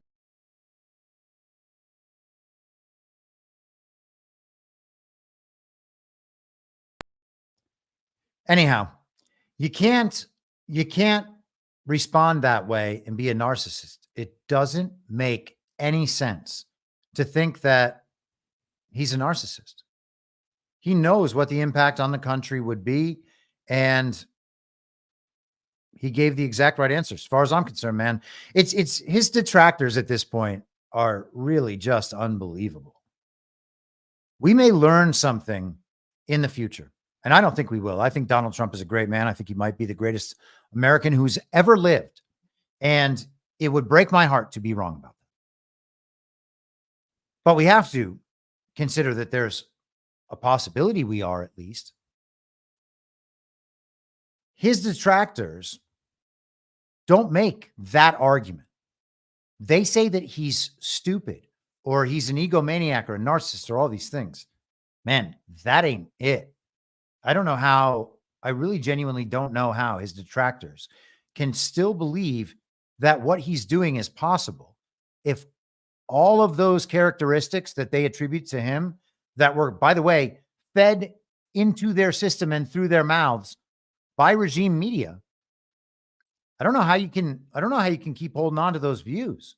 Maybe people want to elevate themselves above Trump for some reason. They're really smart and Trump's stupid. Trump and all his supporters are stupid. I mean, as a former liberal, I know that that's at least part of what it is, especially for those people. Okay. They don't know anything about the world, not anything true. They've been taught an enormous amount of bullshit. And they believe all that bullshit is true. It just doesn't happen to be. And so they have that disconnect between what they believe in the false reality and what they experience and understand about reality prime. And they can't resolve that. And they know that they should trust the experts. So they know the experts are right. And they have to defend that viewpoint at all costs, because otherwise they realize they don't know anything. And so in their quest to defend that viewpoint and their view of themselves as the ones who are knowledgeable, the ones who know which experts to listen to, the ones who are right about all this stuff and what it means and how the world works, they would have to admit that they're totally wrong about all of that. They defend that viewpoint by trying to place themselves above Donald Trump, a billionaire who's famous as hell and somehow works his way through that to become president, be hated by all of the most powerful systems in the world at the same time, who are doing everything within their nearly unlimited power to destroy him, defeat all those people over and over and over and over and over again, still be standing through all this, and you're smarter than Donald Trump? How? Person who watches the Kardashians? It is mind-blowing. Cavalry 03 in the chat asks, what show was that interview on? That is the comedian Andrew Schultz's podcast. It's called Flagrant. Okay.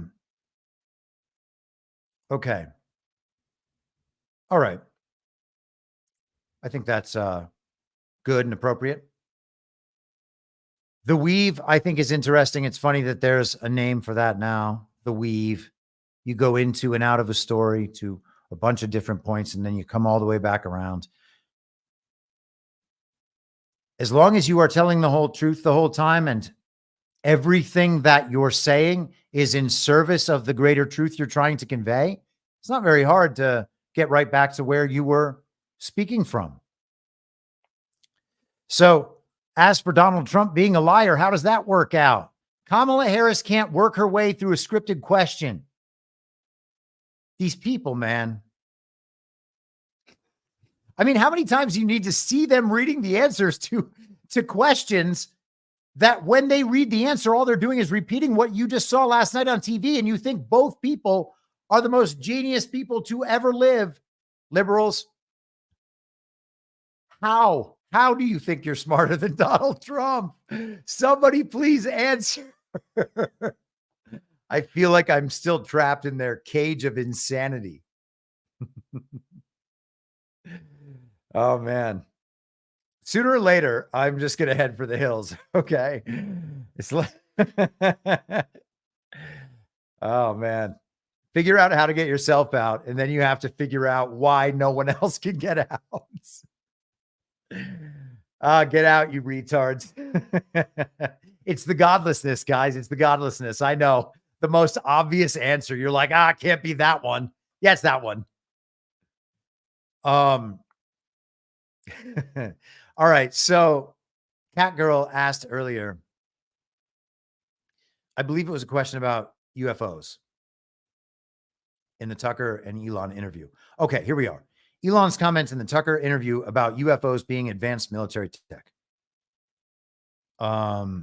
So she sent through the Tucker Elon interview, and here it is. I'm supposed to go to, I believe she said 104. So I'm going to get up there and then I'll share the screen. I don't think I've ever.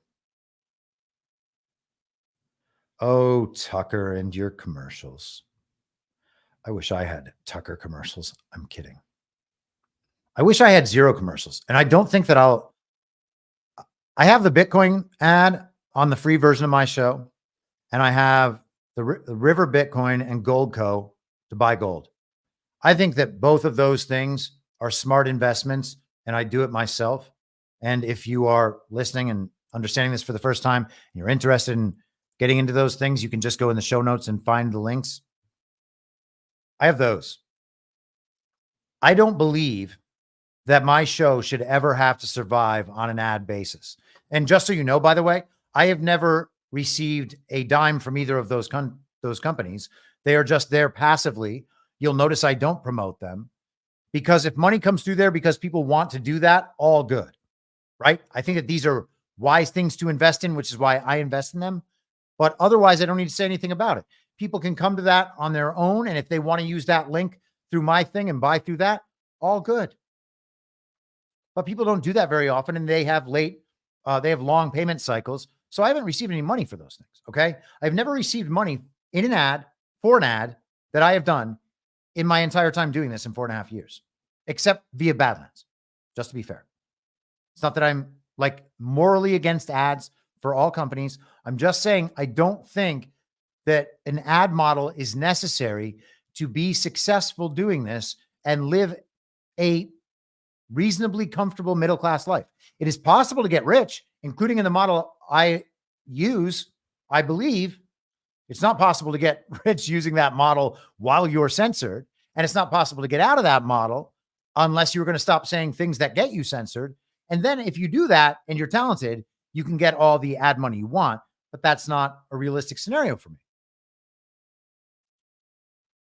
If you have 10,000 subscribers, which I don't, paying $5 a month, you're making $50,000 a month just off that. And then Substack takes whatever cut.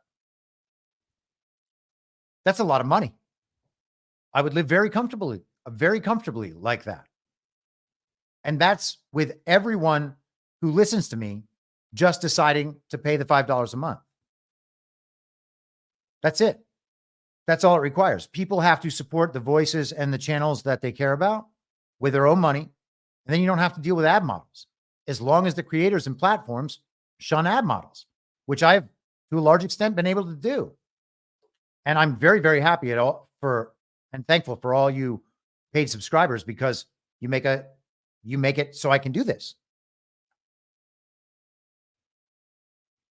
But the ads are where the money is. And if you see these very refined ads, you should understand the person's making a lot of money, and they have the subscription model on top of that.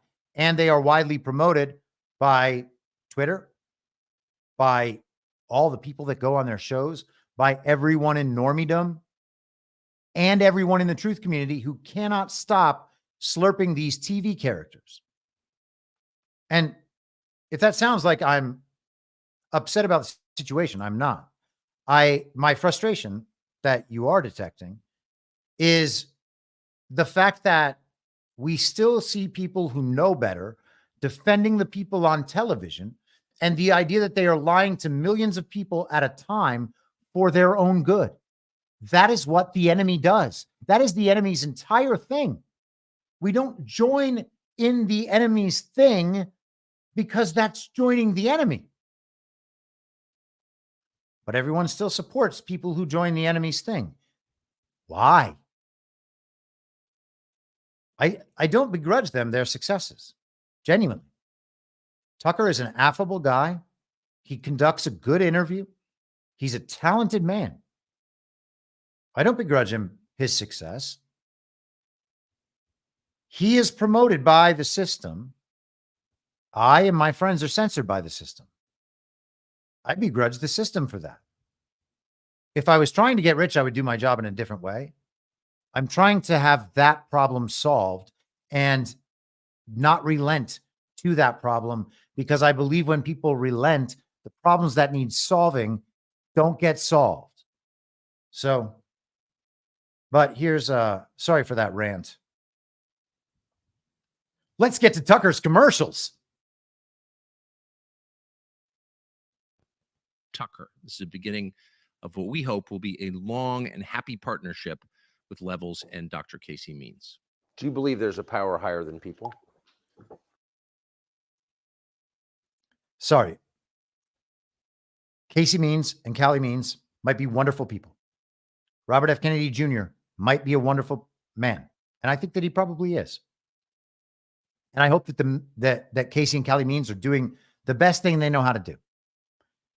Some of my people in those health-related communities think that they're kind of the normie version of what they're doing, just like Tucker is the normie version of what he's doing. And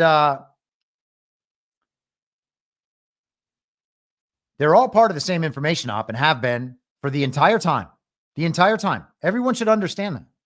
I was actually in 2021 contacted multiple times to potentially speak at a Robert F. Kennedy Jr. led event in Nashville, Tennessee.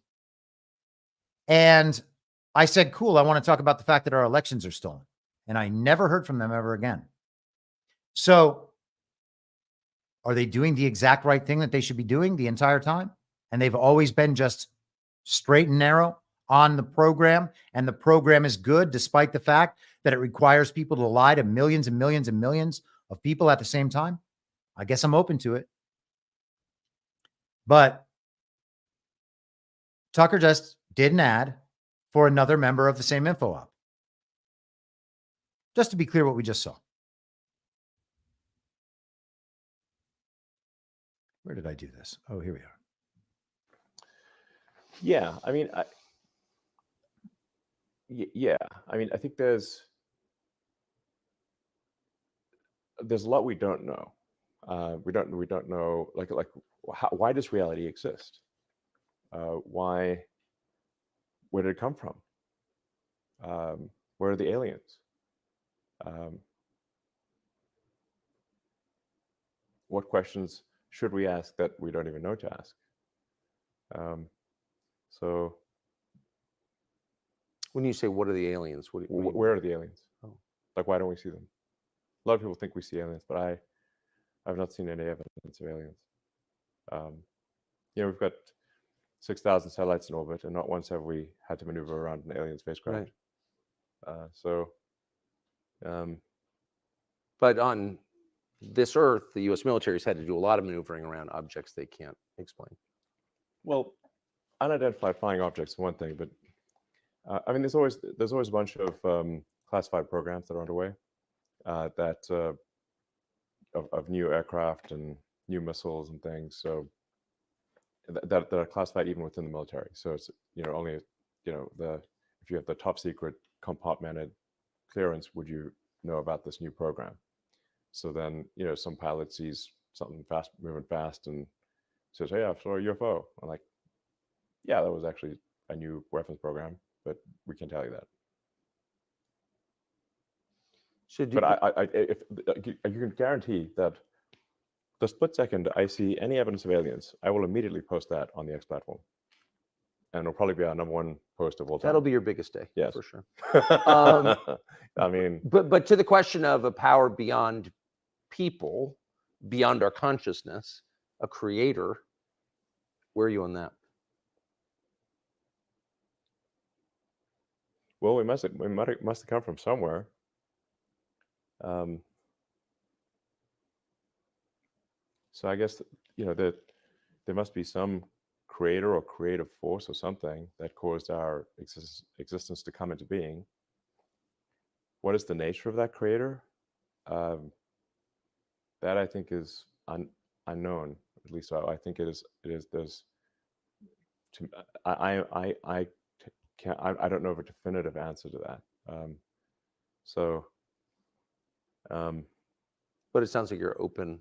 Yes, I'm very open to, I'm driven by curiosity. Yes. And I'm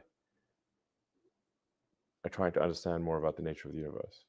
So my driving philosophy is to understand the meaning of life, or really what questions to ask if the meaning of life is not the right question. Like as Douglas Adams. All right. I think we can probably leave it there. Let me see if I can find what your actual question was so that I can make sure I'm answering the right question. What do I make of Elon's comment in the Tucker interview about UFOs being advanced military tech? I mean, I think she just said that's the full UFO alien conversation for that interview. Okay, good. So I think Elon's answer sounds totally rational. That makes sense to me. I have never really bought into the alien thing. I guess I believed when I was an atheist, I believed that there was the logical necessity of aliens because we lived in a vast and infinite universe.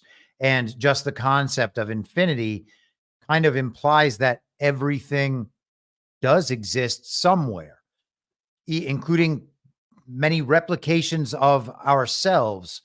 And I was a philosophy major in college, and we all wrote essentially what would be like a graduate thesis paper when we were seniors. And mine was on identity across possible worlds. So it's something that I've certainly thought about. And to the extent that the universe, quote unquote, would be infinite, then the likelihood that there's life somewhere else, I thought was a sure thing. But despite that, I didn't think that any of it had ever come to visit us. So this has never been a thing for me that I would have to get over one view or another. If I thought that it was extraordinarily well proven that we had been visited from another realm, I guess I would just have to accept it. I don't know what that kind of proof could be like. Now, it is entirely possible that there are other realms on whatever we're on or in whatever we're in. However it is you think about that. And if that life came to visit us, it might be like an alien representation. It would be legitimately from another world other than ours, but not a space alien. So an unidentified flying object that isn't from space, I don't think would make sense to call an unidentified flying object, right? I mean, it's some kind of craft that would then be from someplace down here. So I don't believe in space aliens. I am open to the possibility that there are other beings beyond what we know in parts of our physical realm beyond what we know. And as I've said before, I also believe that there is a possibility that we are in some iteration of this existence. And, you know, we were talking about Einstein last night in relation to the movie Oppenheimer.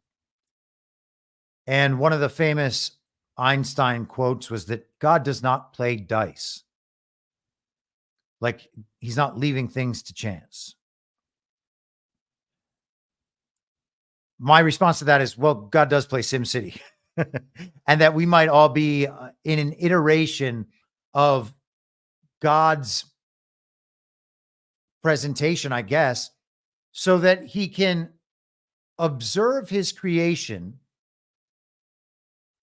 in a way that allows him to detect whether what he has created is capable of bringing itself closer to his image, if that makes sense. And what I imagine he doesn't want to observe would be us trying to systematically kill and destroy one another and lie to one another. He doesn't want to see us masturbating to porn all day or having sex all the time. He probably doesn't want to see people taking advantage of one another so that they can rack up the most points on the scoreboard that tells you how much fake money you have. And it's fake. That's the craziest thing, man. People give their whole life away, their whole soul away for something that they know they didn't earn and don't deserve. And that only means they get to spend more time engaging in various sorts of materialist masturbation. I can't imagine God would want to watch that. And if it got to the point where like 80% of everybody, or maybe it would have to be even worse. I mean, I guess he's got a lot of faith in us. Maybe he would wait until like the last 10 of us are like, hey, God, we're still not masturbating. And he just destroys everything else. Hey, man. I mean, that's kind of what the book says, ain't it? Oh, yeah. I don't know. I could see something like that. I don't think God would want to watch that stuff. And I think that we get these chances to try to right that ship. And maybe we're in positions to influence others and help them try to right that ship so that we're doing the right thing and we do just aim more in that direction. I mean, if there's a purpose of all of this, it is to aim in that direction. There cannot be any other purpose. And I say this as a person who hasn't been religious all my life, but who has played video games for most of my life. The only purpose of playing the video game is to win the video game. I mean, I guess you can have entertainment while you go along, but you're trying to win. And you do that by understanding what the purpose is and then trying to guide yourself to that purpose in the best way possible. That is what mastery is. And so we're doing that in life and treating it that way. We are attempting to master this thing, to do it the best way, to lead ourselves closer to him. And there's like a guide for that. And we are also born with an instinct toward it. So, yeah, man. I mean, that's how I look at it. And I've always looked at various parts of my life in that way. I just didn't understand that you have to do that like with life itself and with God, because, you know, I had never had an experience with God. I had never had an experience with faith. I was an atheist. I was a very good atheist. And by that, I mean talented at arguing for atheism. But I would figure out where all the shortcuts were in order to conquer the system so that I could move on and do other things. My father said to me within the last couple of years, he remarked about how he thinks about that sometimes. I think I must have been talking to him about high school or college or whatever. I told him this. I told him I realized that teachers have egos and that teachers will focus on the things that they think are most important. And then on the test, they will ask questions about what they think is most important. And they will ask them within the set of things they've taught you in the way they've taught them to you.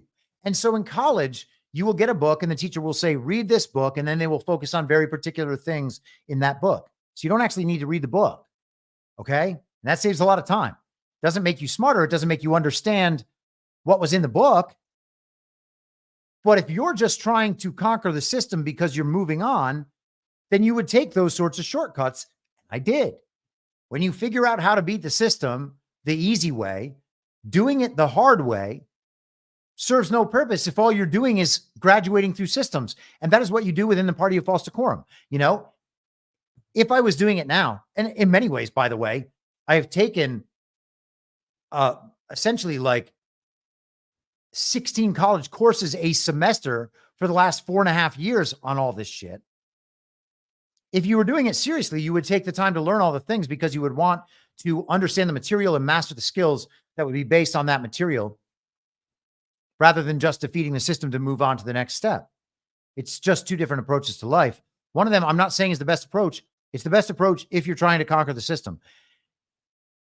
That is an understanding essentially gleaned from me playing video games as a kid. And that was in the days of like the PC Junior and early IBM computers. So you could actually go in and look at what the programs were. And you could understand how the system was designed to operate. And so you would just figure out all the cheats like, oh, I can find a system exploit here and here and here and here and here. And so if I exploit the system in all of these ways, I will win. Then I will win continuously. Then I will win by a lot all the time. And at that point, it becomes boring and you have to move on to something else. But I attempt to the best of my ability to approach my own life that way.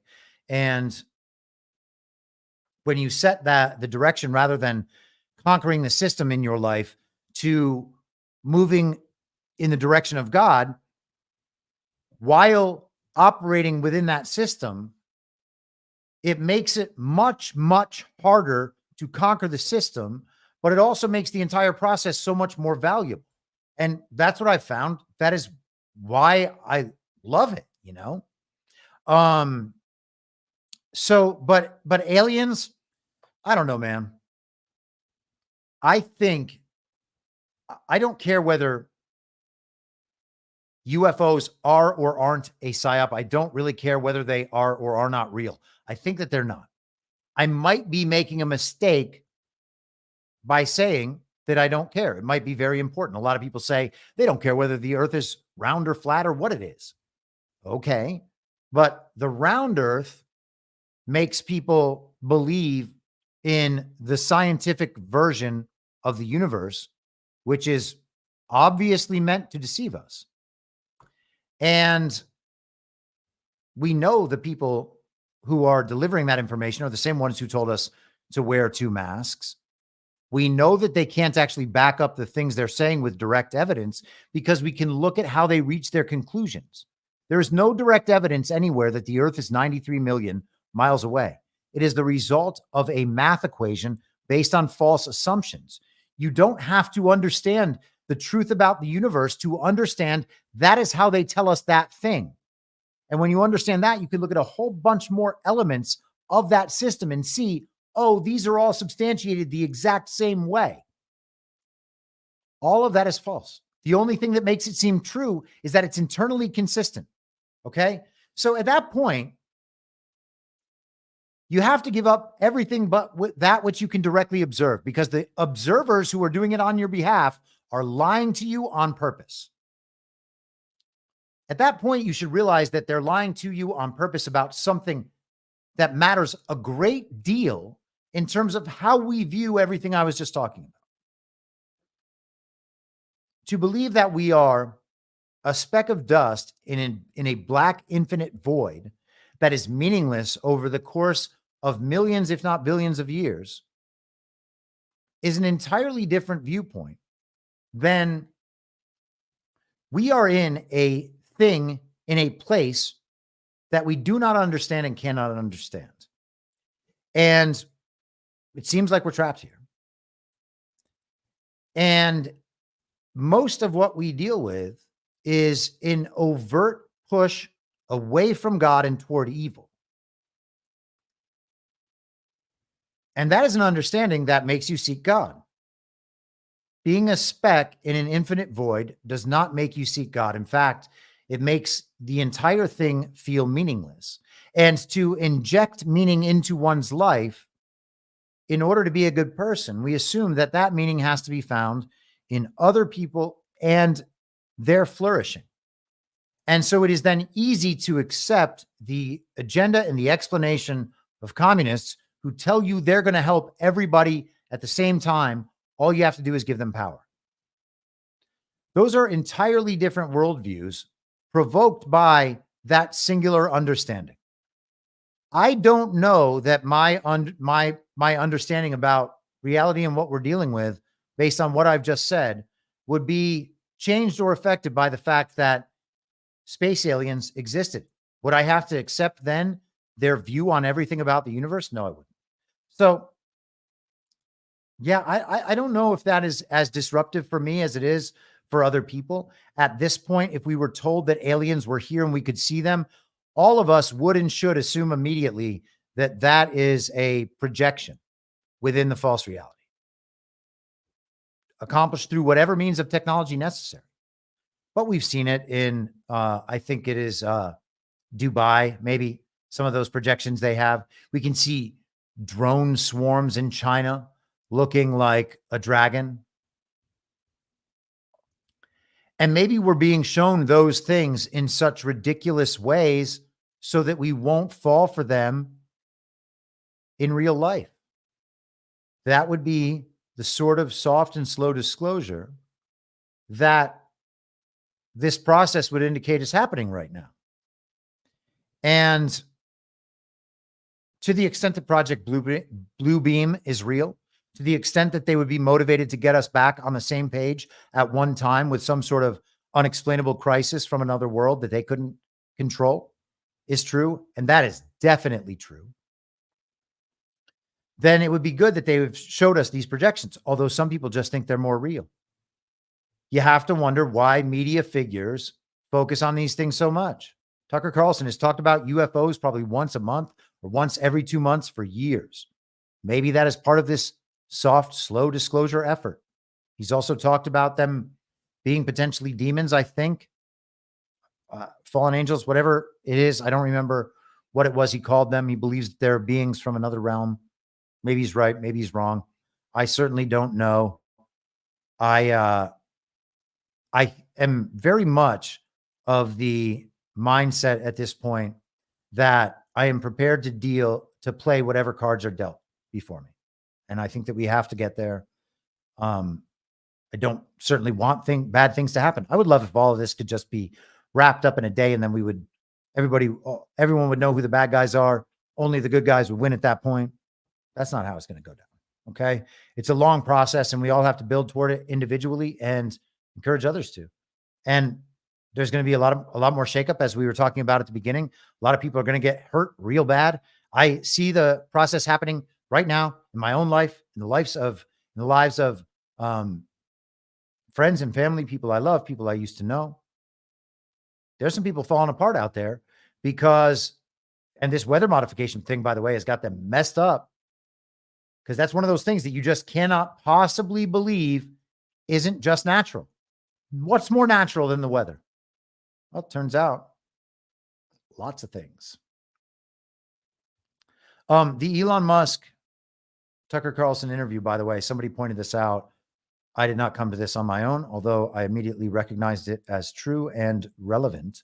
You saw the video there, Elon Musk and Tucker Carlson on a white backdrop, that backdrop down the floor. That's usually how things are done in a photo studio.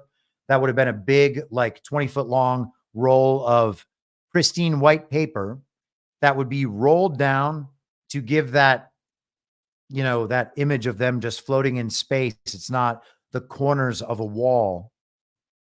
And it would go all the way under to present the same image as a floor. And you put the chairs down and the table down, and they do the interview. And it gets dirty from people having walked around on it, people doing makeup and sound, and Elon and Tucker. And then at the end, they just cut that whole piece of paper off and pull the roll down again next time. And when that roll runs out, they replace it with a new one. So that's the sort of backdrop they're on. Same thing in the Matrix. That is Neo and Morpheus and the two leather chairs. This very odd, deep image is what it says. I guess this is the back of a television, an old school television that they're watching. Radiola television. The Matrix is interesting. The Matrix is what brought me to reading. I always get it backwards. Simulacra and Simulation by Jean Baudrillard. Very, very interesting. Very interesting stuff, because we are dealing with a false reality that is projected on top of reality prime. And the postmodernists understood that to some degree and misunderstood it because they are godless nihilists. And so, of course, then they believed that there was no way out, which leads you to all sorts of terrible moral conclusions about what should be acceptable in this world. And that is how that moral degradation works. That's how you get yourself to carrying out heinous evil under the belief that you are carrying out great goods. Okay. I hope that answers your question. Sod This asked last night during Badlands Story Hour, and I said that I would get to it today. I'm not sure she has rewritten the question here again in the chat, but if you would like to, I will take a look as I get into this, but I will just preface it for now. She was asking about why I believe Donald Trump goes along with the fear-based narrative on all-out nuclear war. And he actually did mention it again today in that Andrew Schultz podcast. Saw this says she put it in the Substack, so I'm going there now.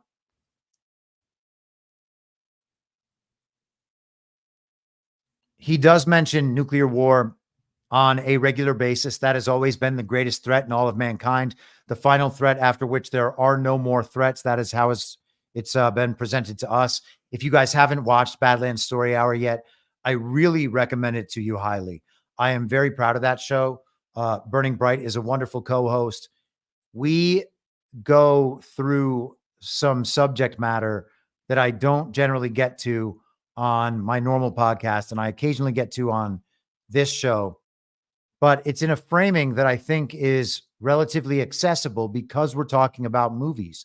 People can watch the scenes over and over again if they want, and try to go through the same thought process. We did a great one last night. I'm very proud of it on Oppenheimer.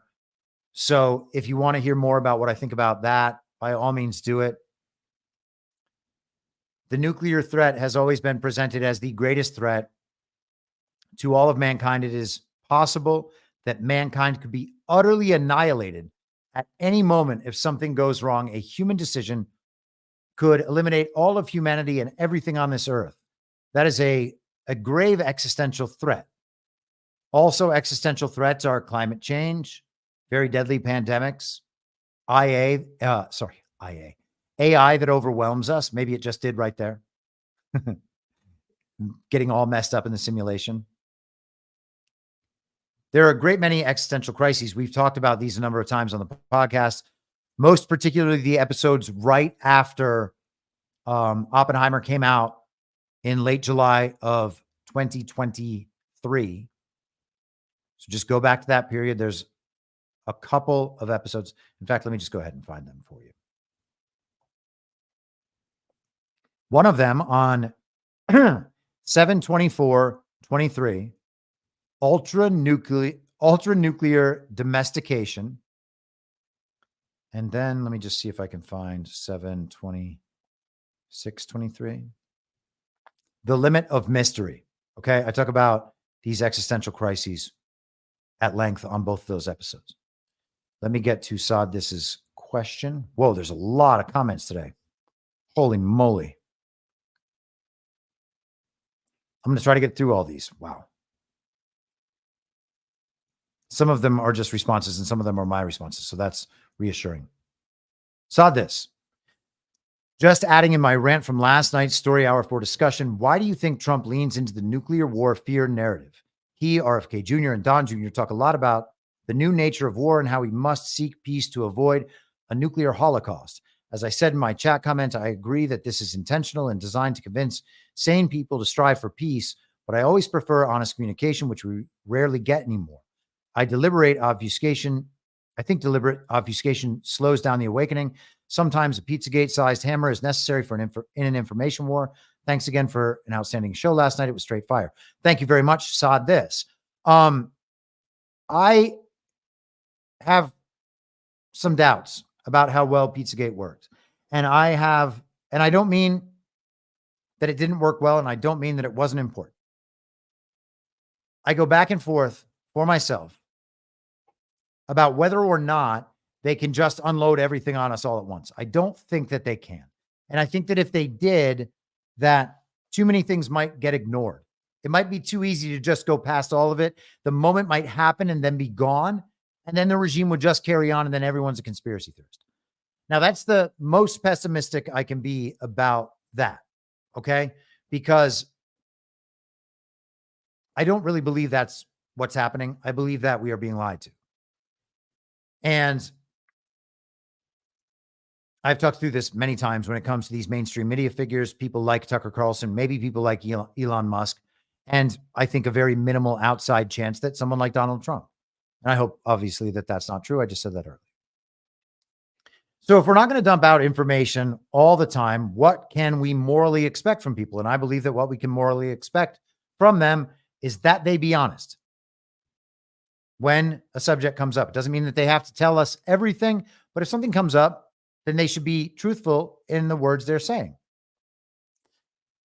Okay.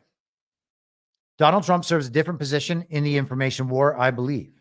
His position is different than everyone else's. He gets more leeway than everyone else because whatever it is that Donald Trump has done, whatever strategy he has pursued, he himself, him, and the way he communicates and acts has been the single greatest catalyst for awakening in this period, outside of what God is doing in the world.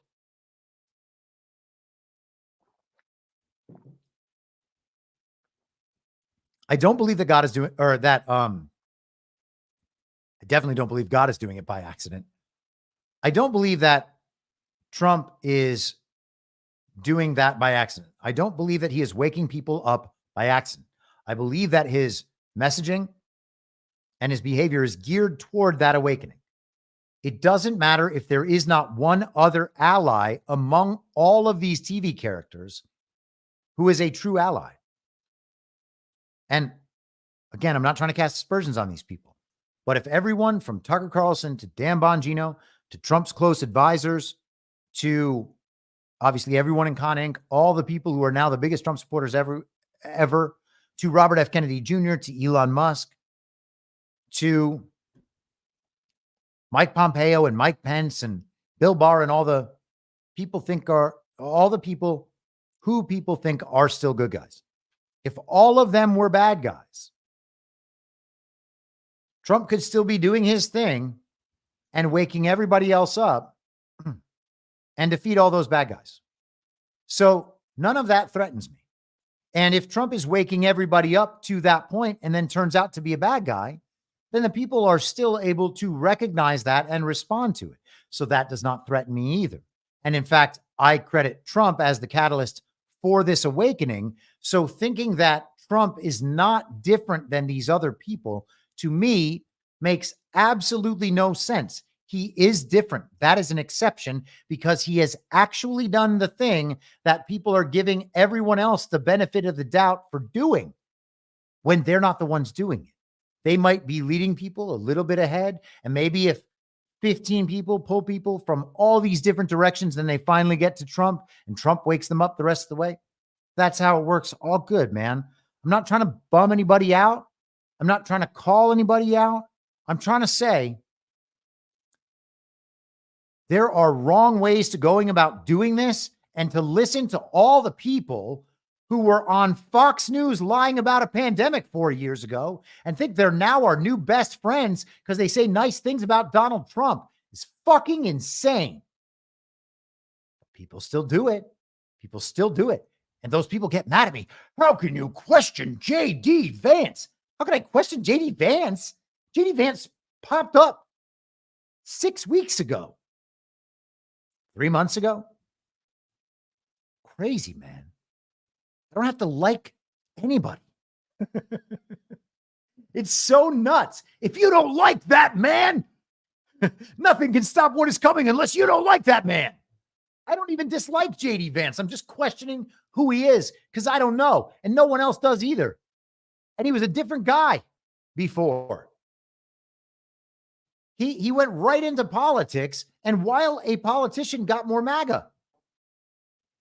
Okay? I mean, he was literally run by Peter Thiel, a globalist technocrat who may be America First now. Doesn't seem to be, but he might be. PayPal Mafia. That was the guy who ran J.D. Vance for his entire adult life. Peter Thiel's also gay, by the way, and Jewish. Does it matter? Maybe not. But it also might. Okay? It's entirely possible that he is committed to scientific materialism and the technocracy. That's entirely possible. And I'm not saying that that's an aspect of his Jewishness, but if he is a secular Jew who is involved with the Global Regime Project, they all seem to be pretty down with the technocratic future. So you have to wonder if there's some sort of relationship there. many gay men can be easily compromised and have been easily compromised. So I can't just give them the benefit of the doubt because I want to be seen as a good person by others. These people are being granted a lot of power in society. Why would I just be like, yeah, you can have my power. I'll grovel before you. I'm not going to ask any questions about you and your reputation. It's crazy. What are we doing? Right? Trump is an exception from these people because Donald Trump has been the catalyst of the awakening. So I give Donald Trump the leeway to operate in the information space and the public relations space and the policy space that I think is required to bring that awakening along the proper timeline. And that's it. And if that is me rationalizing why it's okay for Donald Trump to lie, then so be it. All right. I think that Donald Trump is trying to bring people toward the truth. And he knows that people have been psyoped nonstop for their entire lives and brainwashed, fully brainwashed to the point of complete and utter control. You ever seen Josie and the Pussycats? Watch that movie. Subliminal messages in the music tell people what to do, what to buy, how to think, what to say. We have those campaigns right in front of our eyes on social media. We look at them. We see the effects. We see, hey, why is my friend saying lit all the time? I don't know why. Why are all these young women in Hollywood continually changing their style and always to the same thing? Why are they all writing #squad? Who's to say? But it can't be mind control, right? They don't have that kind of technology. It's not the AI and the algorithms just feeding them these things and controlling their behavior. Oh my God, that's the existential threat of AI. And it already happened. Isn't that amazing? Are we going to get through that existential threat? Yes, we are. But AI is not a threat in the future. It already happened. We are just being given some of the tools that have been used against us for a long time. And we can determine how those tools work. We can use them for ourselves. We can use them in service of the awakening. And then we can learn to recognize them as fake all the time so that they can never be used against us again. Which is why you got to call things fake when they're fake, rather than pretending that they're real, because the news wouldn't lie about this. Because Israel are our greatest ally. We can't say that the paragliding go-kart incident had something wrong with it. Look at these pictures from NASA. Crazy people, man. So the first question is Donald Trump lying when he talks about nuclear weapons? Well, if you are a member of the United States military, you have to basically toe the line of the commander in chief when it comes to what you can say and not say. And to the extent that a chain of command like that is in place right now, then there's going to be some message cohesion from top to bottom. And if there is necessary message cohesion in the lower levels, it would make sense that the person at the top, if his intentions were good, would not compromise those at the lower levels by going around and saying things that could cause circumstances at those lower levels that the people on our side at those lower levels would not be able to handle at the time. So I can imagine practical reasons why that would be necessary. And I think it's important to consider those. And beyond that, I mean, the method that I believe Donald Trump uses to get us out of these terrible beliefs that we have psyoped ourselves into is by accepting a part of the central narrative, right? So let's say, gosh, man, I haven't thought about this example in the first, like before doing this. And this is one of those things where if I was recording my normal show, I would press pause and think about this for 5 minutes without talking through it. or I would be pausing all along the way as I got started. But let's say an issue like abortion, religious concerns, concerns over women's bodies as their own domain, concerns over the child's bodies as their own domain, both of those beings with rights, concerns over, I guess we can call them, the concerns over the bodies are libertarian concerns in some way, concerns with not allowing the government to tell people what choices they're allowed to make for themselves, legitimate concerns.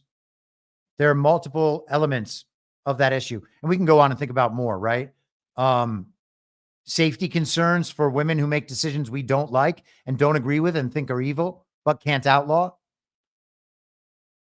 All of those issues to get to the proper place on the abortion industry, another big issue, what they actually do. That includes the illegal immigration industry and the slave trade and how that intersects the abortion issue. So there are all these different issues that to make it a fully informed decision about that issue, we need to understand each and every one of those issues. And each and every one of those issues individually about abortion has to be hashed out in public and reach a proper conclusion before we are able to fully attack the range of issues that makes up that subject so that we can successfully lead that over the finish line into a better way that we view that. And part of that, maybe all of it should be, but at least part of it will be cultural incentives that the culture no longer approves of casual sex, which is something that I myself have engaged in, okay, to my own detriment and shame. But that cultural change will have to be made. A cultural change about the value of human life will have to be made. And that can intersect, by the way, you go back far enough, that's going to intersect that whole round earth, flat earth thing and where we stand in the universe. Because life is a whole lot more valuable if there's not an infinite universe. If we are each just here, all with our own desire and need and ability to serve God, and our responsibility to God to not mess up something he created in his image. Okay? So if we're going to get to those places, then we have to hash out all of these sub-issues first. And we never really have gotten the opportunity to do that because what we have is the attempt to make one or two or three aspects of that extraordinarily divisive so that we can divide the two sides of the uniparty and understand that each one of those sides has a far bigger agenda than actually solving this problem. They want to get elected. They want power. And they use this issue to gain power. They don't want to solve the issue because the existence of the issue is how they gain power. And they are able to set up the controlled opposition dynamic, which gives people options on where they're going to stand. And all of those positions within that are acceptable to the regime. So if we're going to get out of that, then we have to resolve all these sub-issues. And to do that, we have to have the conversations in public and figure out where people really stand and have these things argued about in public so that other people know this is the argument. Hey, everyone's changed on the trans thing, right? We all agreed that we actually do know who has the wee-wees and who has the hoo-has. Got confusing there for a while. There was a lot of cultural pressure and social pressure, including in Hollywood, man. You know, that's one of those things that you're like, shit, man, I guess if the science says it, must be true. I don't want to be mean to anybody, right? And you're like, that's never going to affect me. Well, it turns out it affects kids. And if you're a parent of a kid or you want a good society in the future, then it does affect you. I didn't think it affected me when I started hearing about that bullshit.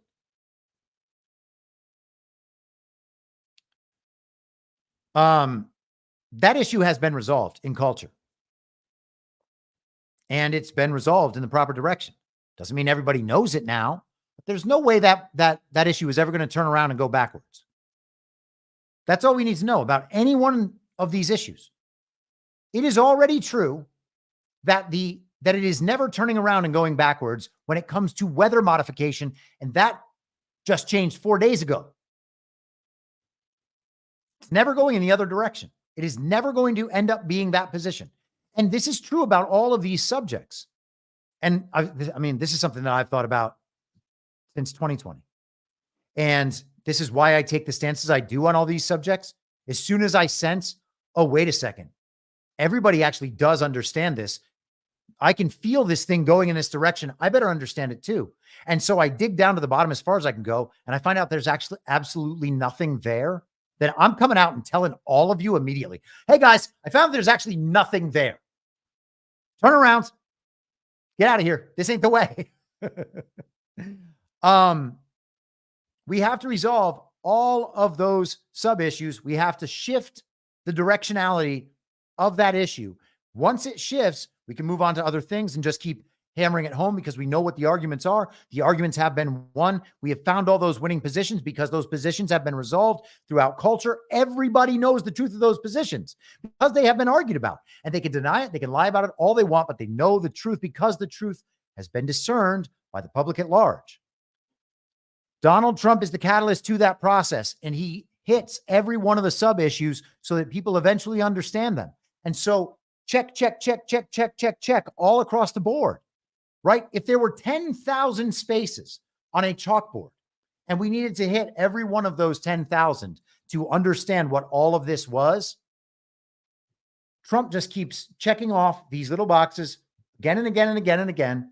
And it's a frustrating and long process that causes a lot of division. I did an episode on this a couple months back called Divider in Chief. This is what I mean. There is model for that, right? Was Jesus divisive? Yes. We are going through that same sort of division. I am not calling Trump Jesus. We are going through that same sort of division. It matters which side people are on. On one side, people will go crazy. And so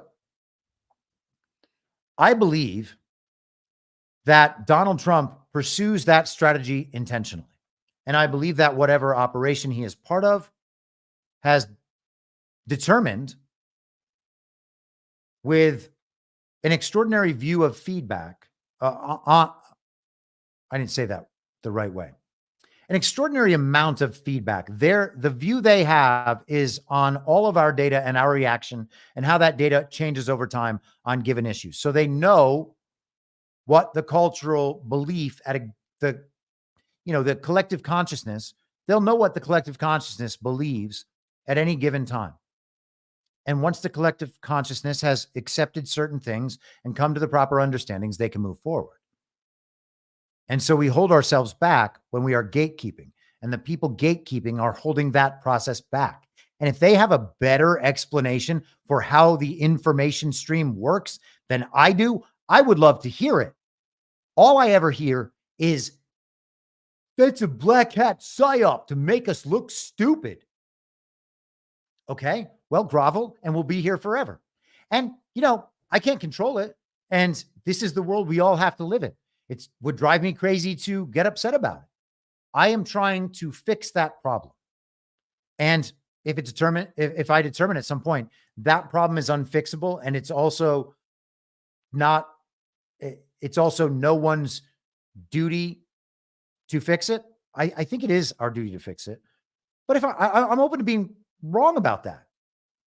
If that happens, I will stop doing it and seek other things in my life. So, long story short, I think that is what Donald Trump is doing. And I think that it has some sort of foreign policy purpose that I'm not going to be totally privy to. I could guess at. I think it's probably necessary for that right now. I think it's necessary for people to understand that those leading them are willing to risk absolutely everything to remain in power. And that's what that symbolism suggests. I also think that bringing it up all the time and making people argue about it is what's going to get us to the point of understanding that there aren't nukes. And they're not going to blow up the whole world at one time. They are going to commit systematic acts of war against the people of the world. And it's not about which country is doing bad things. It is the good twin, evil twin dynamic. The evil twin is going to wage war against us. And they don't actually want to wreck the world. They want to use the world without us in it. So, I'd prefer if he just told us exactly the answer all the time. It would make me a lot more comfortable. It makes all of us a lot more comfortable when we have discovered the answers and others haven't. And then the people that we look to are not telling us those answers. But it's not his job to give us all the answers. That is not the president's job. It's not Donald Trump's job as a man. It's just not. It's our job to get the answers and our job to tell other people the answers and to demand that other people tell the truth as we tell the truth to them. I think that's it. And we can demand the truth from Donald Trump. Donald Trump will tell us the truth. I have no doubt about that as soon as we're ready. And we're not ready because we don't give the signals that we are ready. We give the signals that we want the hose again, which is why people grovel before the election thing. And they say, Trump says, Trump says.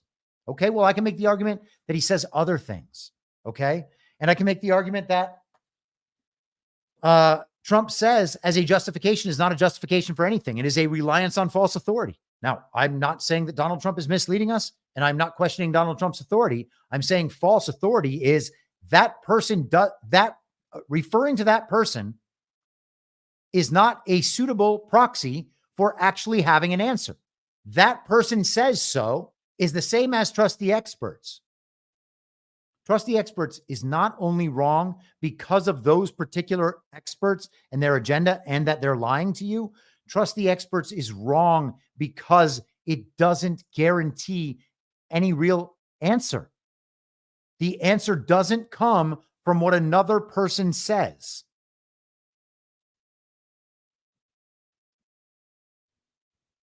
If people know a lot of things about a subject, ask them a lot of questions about a subject.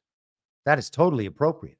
And we can learn from people if they are willing to answer our questions and make it make sense to us in a very normal way. The idea that normal people cannot understand complicated subjects is abominable to me. It is totally wrong. Okay?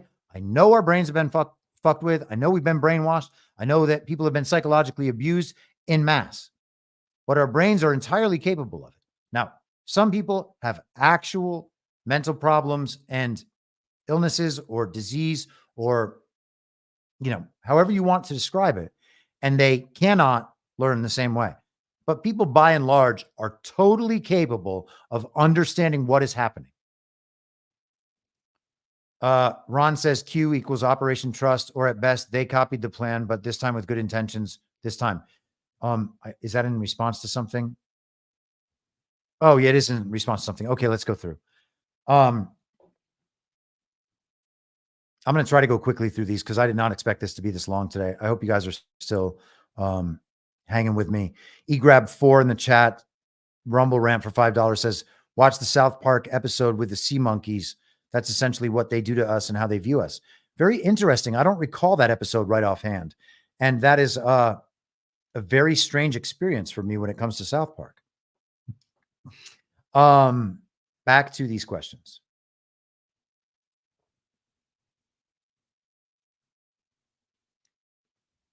Robin says, Chris, do you think this movie /op is going to come to a moment of truth on November 5th?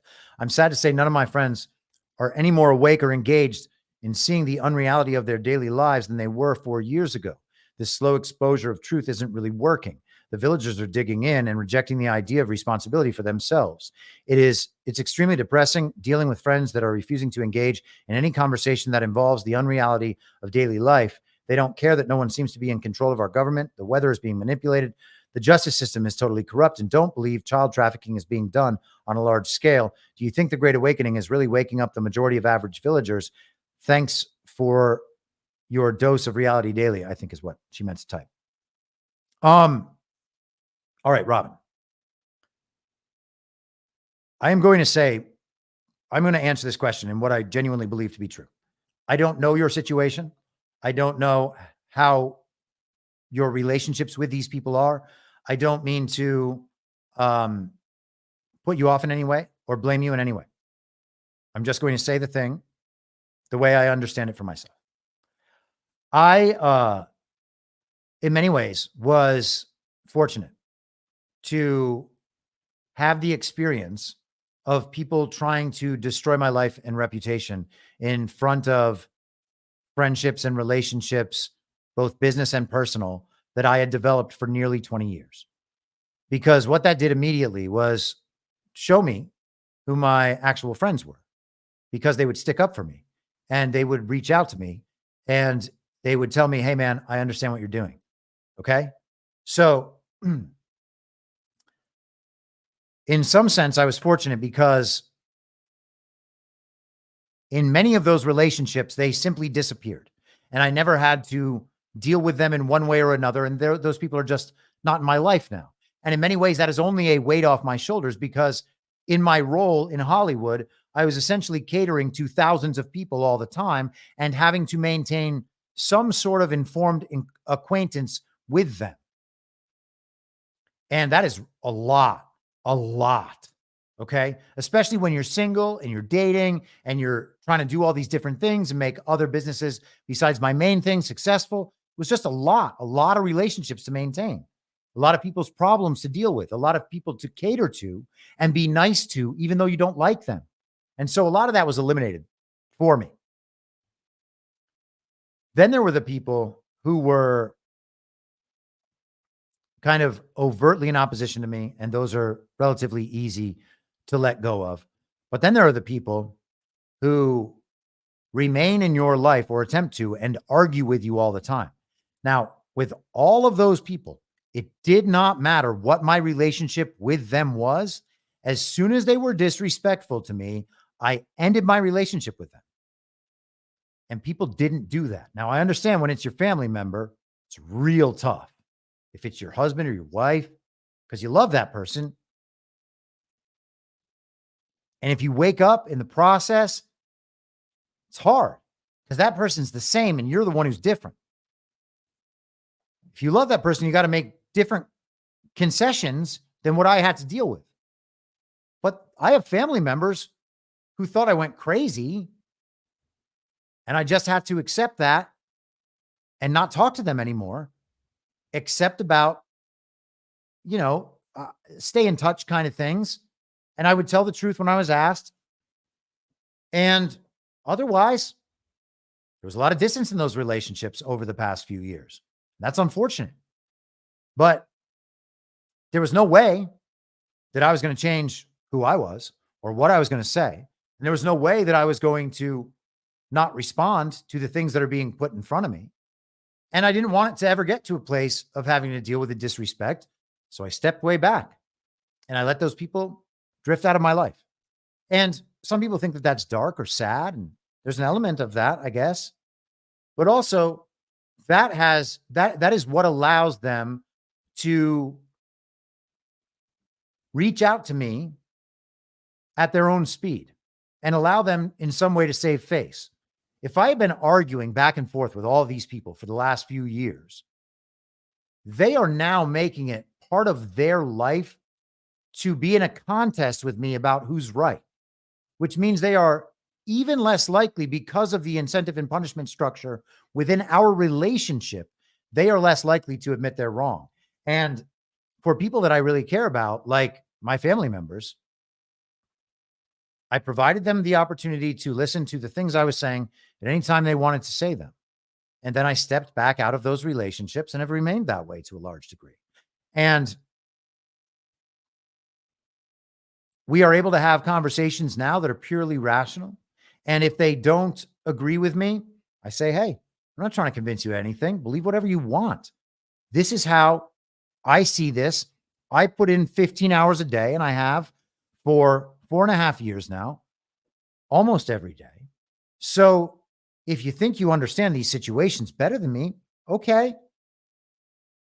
But if that's the case, why can't you answer any of the questions I have about these situations?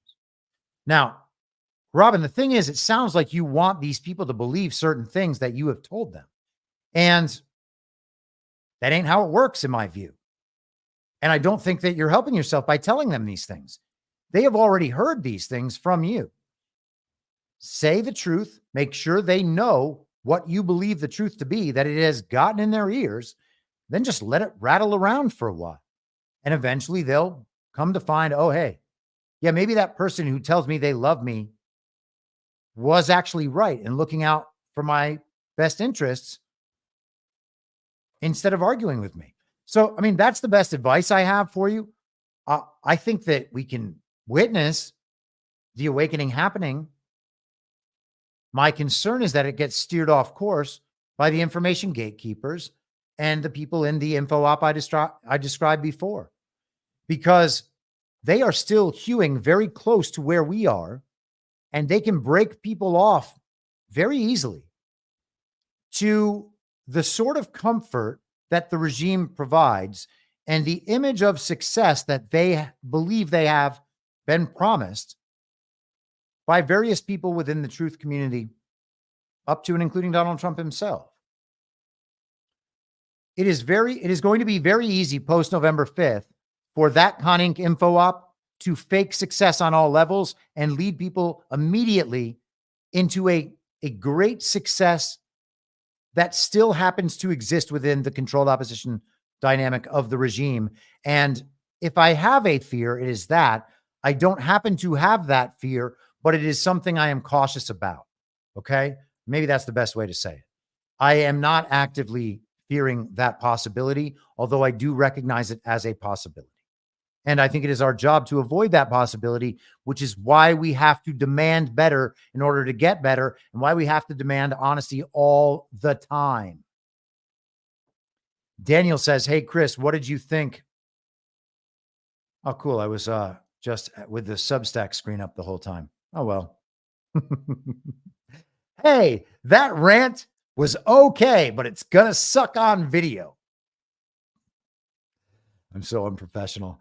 I was at the dentist earlier today, and the hygienist had an amazing name for, she said, this is what she said. She said, me and my friends only watch garage news now.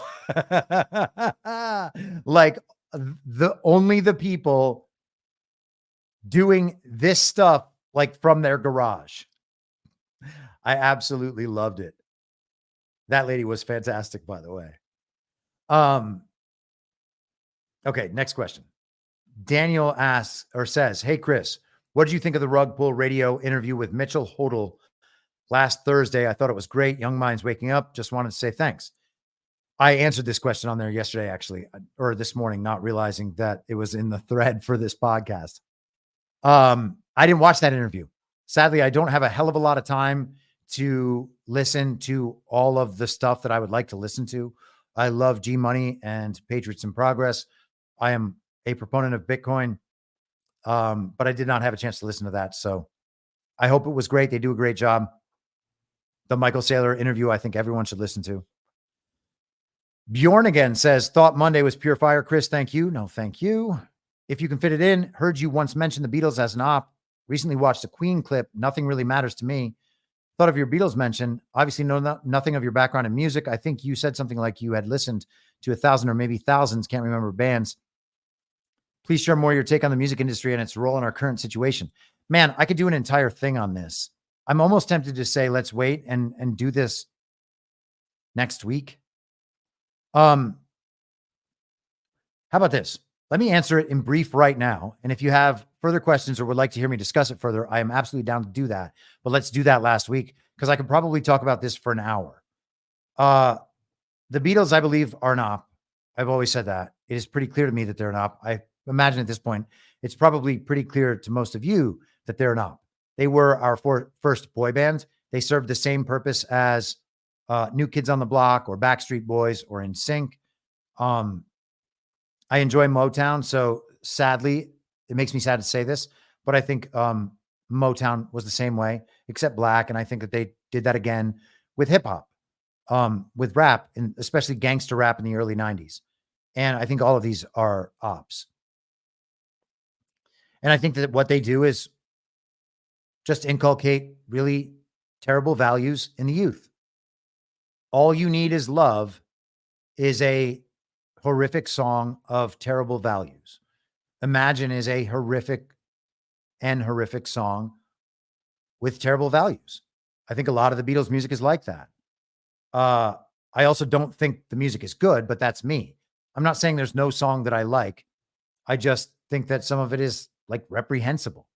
I think it's gross. I think it's ridiculous that it is like culturally required to be in the party of false decorum that everybody agrees the Beatles are the greatest band of all time. That is insane. Which one of the Beatles was the greatest at anything?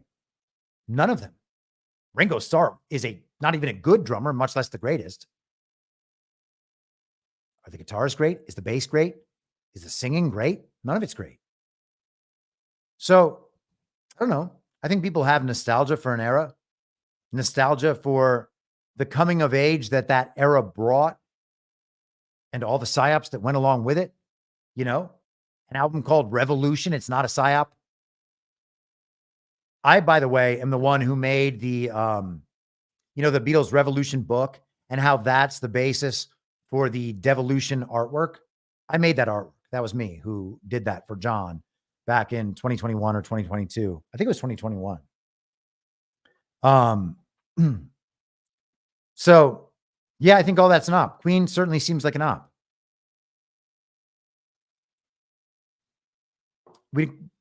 I don't pay enough attention. I never paid enough attention to Queen to go deeply into the stories surrounding that and Freddie Mercury being gay and dying from AIDS or whatever. Who knows, right? I mean, Fauci did AIDS too, so we have to go layers deep on that. I don't feel like going layers deep on that today, and I'm not sure I'm ultimately the right one to do it. Nothing really matters to me, certainly. There's a lot of really bleak music out there, and I've spent a lot of my life listening to fairly bleak music. I like when things feel happy and sad at the same time. My favorite musical genre was the post-hardcore genre, like Deftones and other music that has come off that. I'm a huge fan of Tool.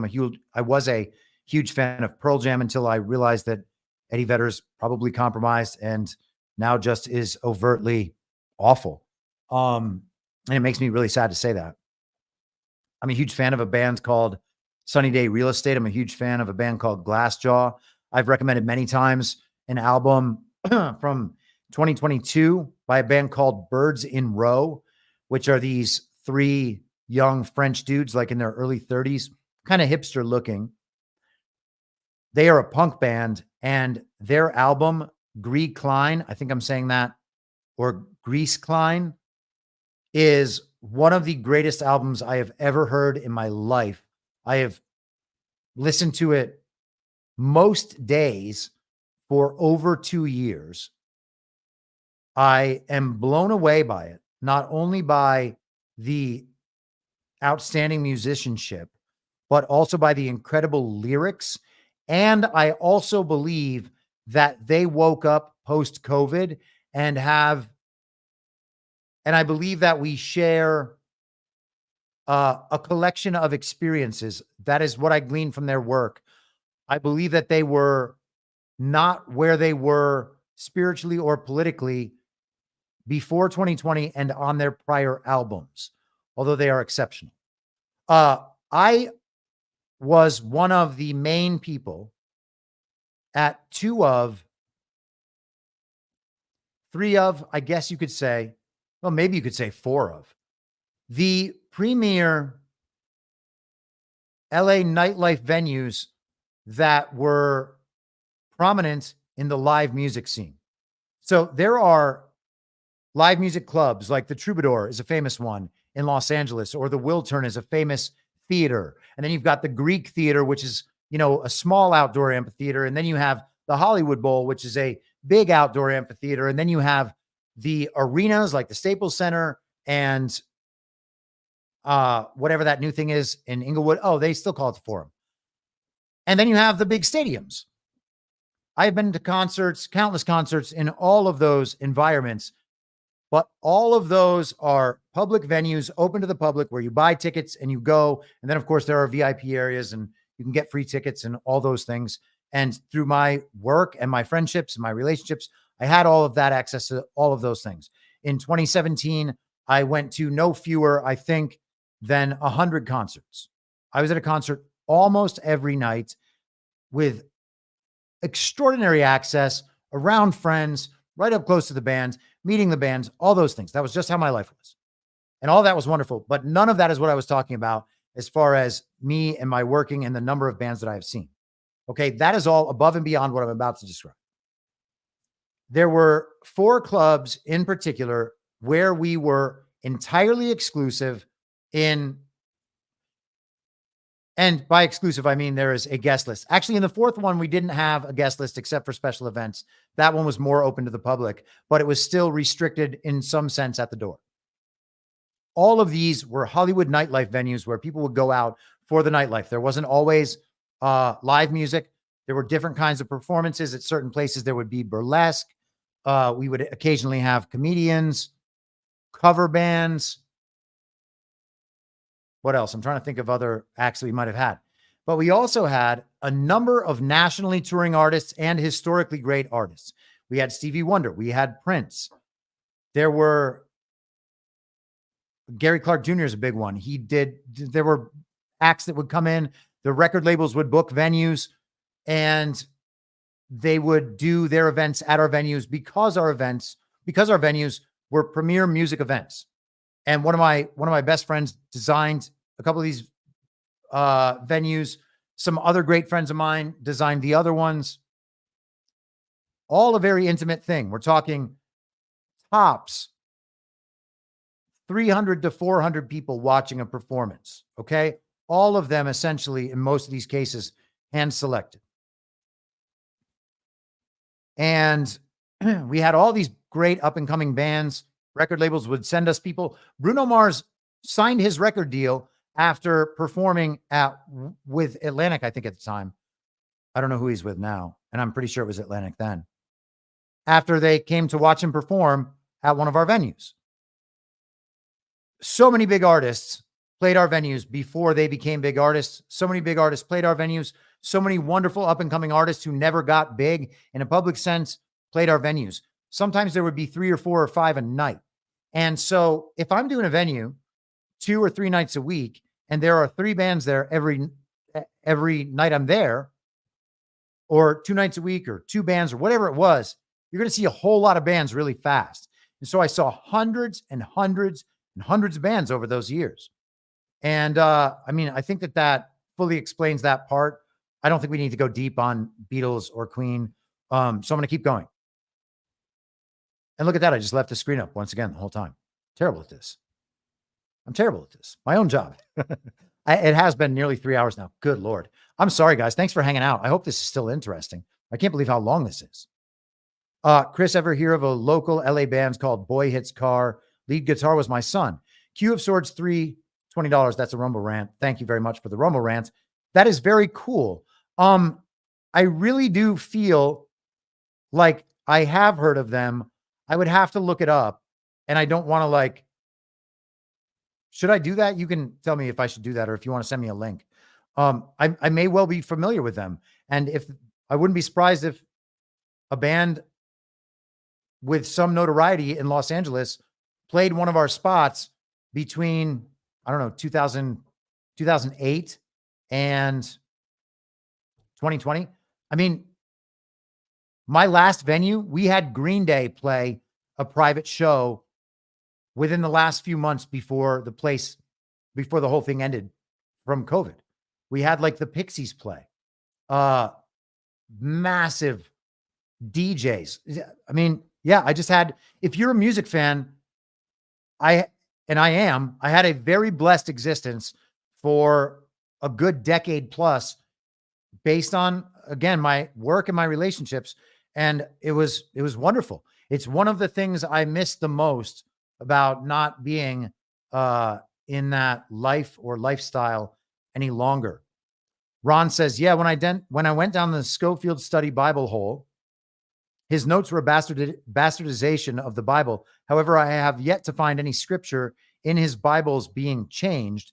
He was given a mandate and task to think for everyone else, and ergo influencing the elect by persuasion, the silver-tongued serpent.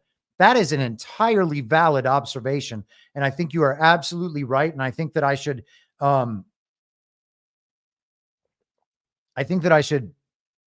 be sure to include that in my conversation. The one I had before, I think that is entirely valid. Daily Weimar actually describes them quite well. Thank you very much. Fake, not game above. I didn't see a game. Oh, here it is. They couldn't make the acting any more obvious with the fake president at the fake White House. Come on now. every normie we know, every normie we knew, oh gosh, sorry, I was trying to, you wrote it entirely correctly, and I was trying to correct what I thought was a misspelling. Every norm we ever knew to be true is absolutely shattered. And that is the purpose of all this. You remember them whining about my institutions, my institutions. No, the purpose, Donald Trump's purpose, was to come in and shatter our reverence for those institutions. And that includes the Secret Service. Take that as you will. My husband, who is an amazing man, says Mo New, a wonderful provider. He works his butt off so that I can stay home and educate our children. Kudos to you guys, by the way. You're doing it right. Father and my best, amazing father, wonderful provider, father, and my best friend. He has just this past week or two really been allowing himself to know what is happening. He already knew it, but somehow was able to keep it compartmentalized and focus on his work and taking care of us. However, we became stranded in Nashville. Gosh, I'm sorry. For the first 4 days of the storm, and we were completely helpless. We had to depend solely on the grace of God and the kindness of our neighbors in the woods to get home. Since we've been back, we have sent supplies out west, but my husband feels helpless and has been watching all the conspiracy videos and just getting beat down. He is blackpilling pretty hard. Because of his faith in God, I know he'll come out of it. Dooming is not in his nature, but pray for those waking up at this late date. It's a lot to swallow all at once. I am in 100% agreement with you, Mo New. I think that is a lovely story. Cheers to your husband for being that devoted, a husband and father that he focused in and just bore down and did what he had to do for all of you. I can do nothing but sympathize with all of the families in that situation. I think it is heroic what men in that position have done. And unfortunately, the downside of avoiding something important for a long time is that it's coming back to get you sooner or later. And so, he's prepared. You're there for him. It's your time to be strong. And I'm sure that you guys will make it through and the clouds will part. And I think we're on the verge of an American Renaissance. I've said that for a long time. I have nothing but hope and optimism about this period. So I know you guys are going to pull through. Prayers to you. I think you're handling it well. And Mo continued, here in the South, Schofield is apparently the only Bible allowed, and it has to be the King James Version. It's so awful. It amazes me that you, who were an atheist 5 minutes ago, can already see through that psyop. Perhaps that fact actually helps. And yes, I believe that fact does help, because I have heard for so long, and part of why I was an atheist is because we have that inclination to the thing being immoral. And when you know what the inversion is, when my entire thing is attempting to be able to spot these inversions whenever I find them, wherever I can find them, and then act on them and respond to them properly. And so when I see the inversions of what we were taught was the meaning of the Bible, it seems that there must be some explanation for that. And you can just look through the historical record and find, yes, there is an explanation for that. This is what it is. I mean, all the people who think that the world is ending make no sense to me. It seems like we are directly on the path back to the right place. And I'm open to being wrong about that, as I've said before. And hey, man, I think about that a lot, to tell you the truth. One thing that I think about a lot is, if there is a chance we are not on the right path, then what we should be doing to make sure we are on the right path is to be focused on all the most important things first. Now, in terms of our worldly existence, I am pretty sure that I am doing that. In terms of our otherworldly existence, our greater existence, our relationship with God, I'm not sure I'm doing that all the time. And I wonder if I am missing something and neglecting something there in that mix, while understanding that I also have duties and responsibilities in this world that I need to attend to, and trying to master the system of this world so that I can spend more time looking up. And I don't know if I have that mix correct. Ron says Q equals Operation Trust, or at best they copied the plan, but this time with good intentions this time. yeah, I get that there's some level of sarcasm to that. And, you know, you seem to express this position often. I'm not sure you're right about that. It seems a little doomy to me. I believe that the Q operation, no matter what it was set up to do, and no matter what people are still attempting to use it to do, woke up too many people to get that genie back in the bottle. It doesn't mean that people aren't trying to lead us back there. I already kind of went through this before, so I don't mean to belabor the point. But I don't see that problem yet. And what I mean by that is there will become a moment, and maybe you've already had this moment, to be fair. Maybe I'm just late on the uptake here. I believe there will come a moment where that becomes clear. And I don't think we've reached that moment yet. I am cautious and looking out for that moment. So I believe I have prepared myself to sense it. And I'm not saying I never am inclined to consider it. I am. Particularly watching the focus of many of my peers on fake elections. That concerns me. And the fact that the people who would then be in that op are leading their focus toward those fake elections. But I think we're okay. And I don't think that that is the issue you believe it is at this point. And I think that you just enjoyed my Mohap joke earlier. Okay. I guess I ranted with the Substack on screen each and every time. So if I ever think of capturing that content on its own and posting that, it'll be bad and blurry. All right, guys.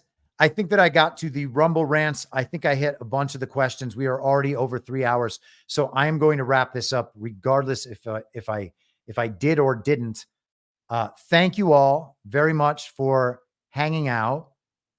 I hope you enjoyed the Wednesday live stream. Thank you for being paid subscribers to my podcast. Again, I'm very grateful for that. It allows me to do this show, and it doesn't only allow me to do this show, it allows me to do this show in this way. Okay, and with that, I will bid you adieu. I will see you next week. And as for my podcast, I will be back tomorrow at the same reasonable time on the same reasonable podcast network. I don't have a network. Masks and lockdowns don't work. They lied to you about a pandemic, and Joe Biden will never be president. Well, what?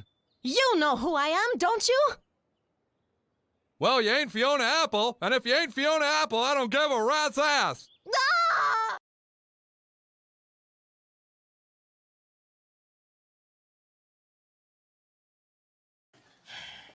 And I will not let you down. We do a little trolling. It's called We Do a Little Trolling. In my mind, that's the end game. If you're listening for free and would like to support the show, the best way to do that is by signing up for a paid subscription at imyourmoderator.substack.com. You can find the info stream over on Telegram at t.me/veryreasonable. The merch site is cancelcouture.com. And for all my other links, you can visit linktree.com/imyourmoderator.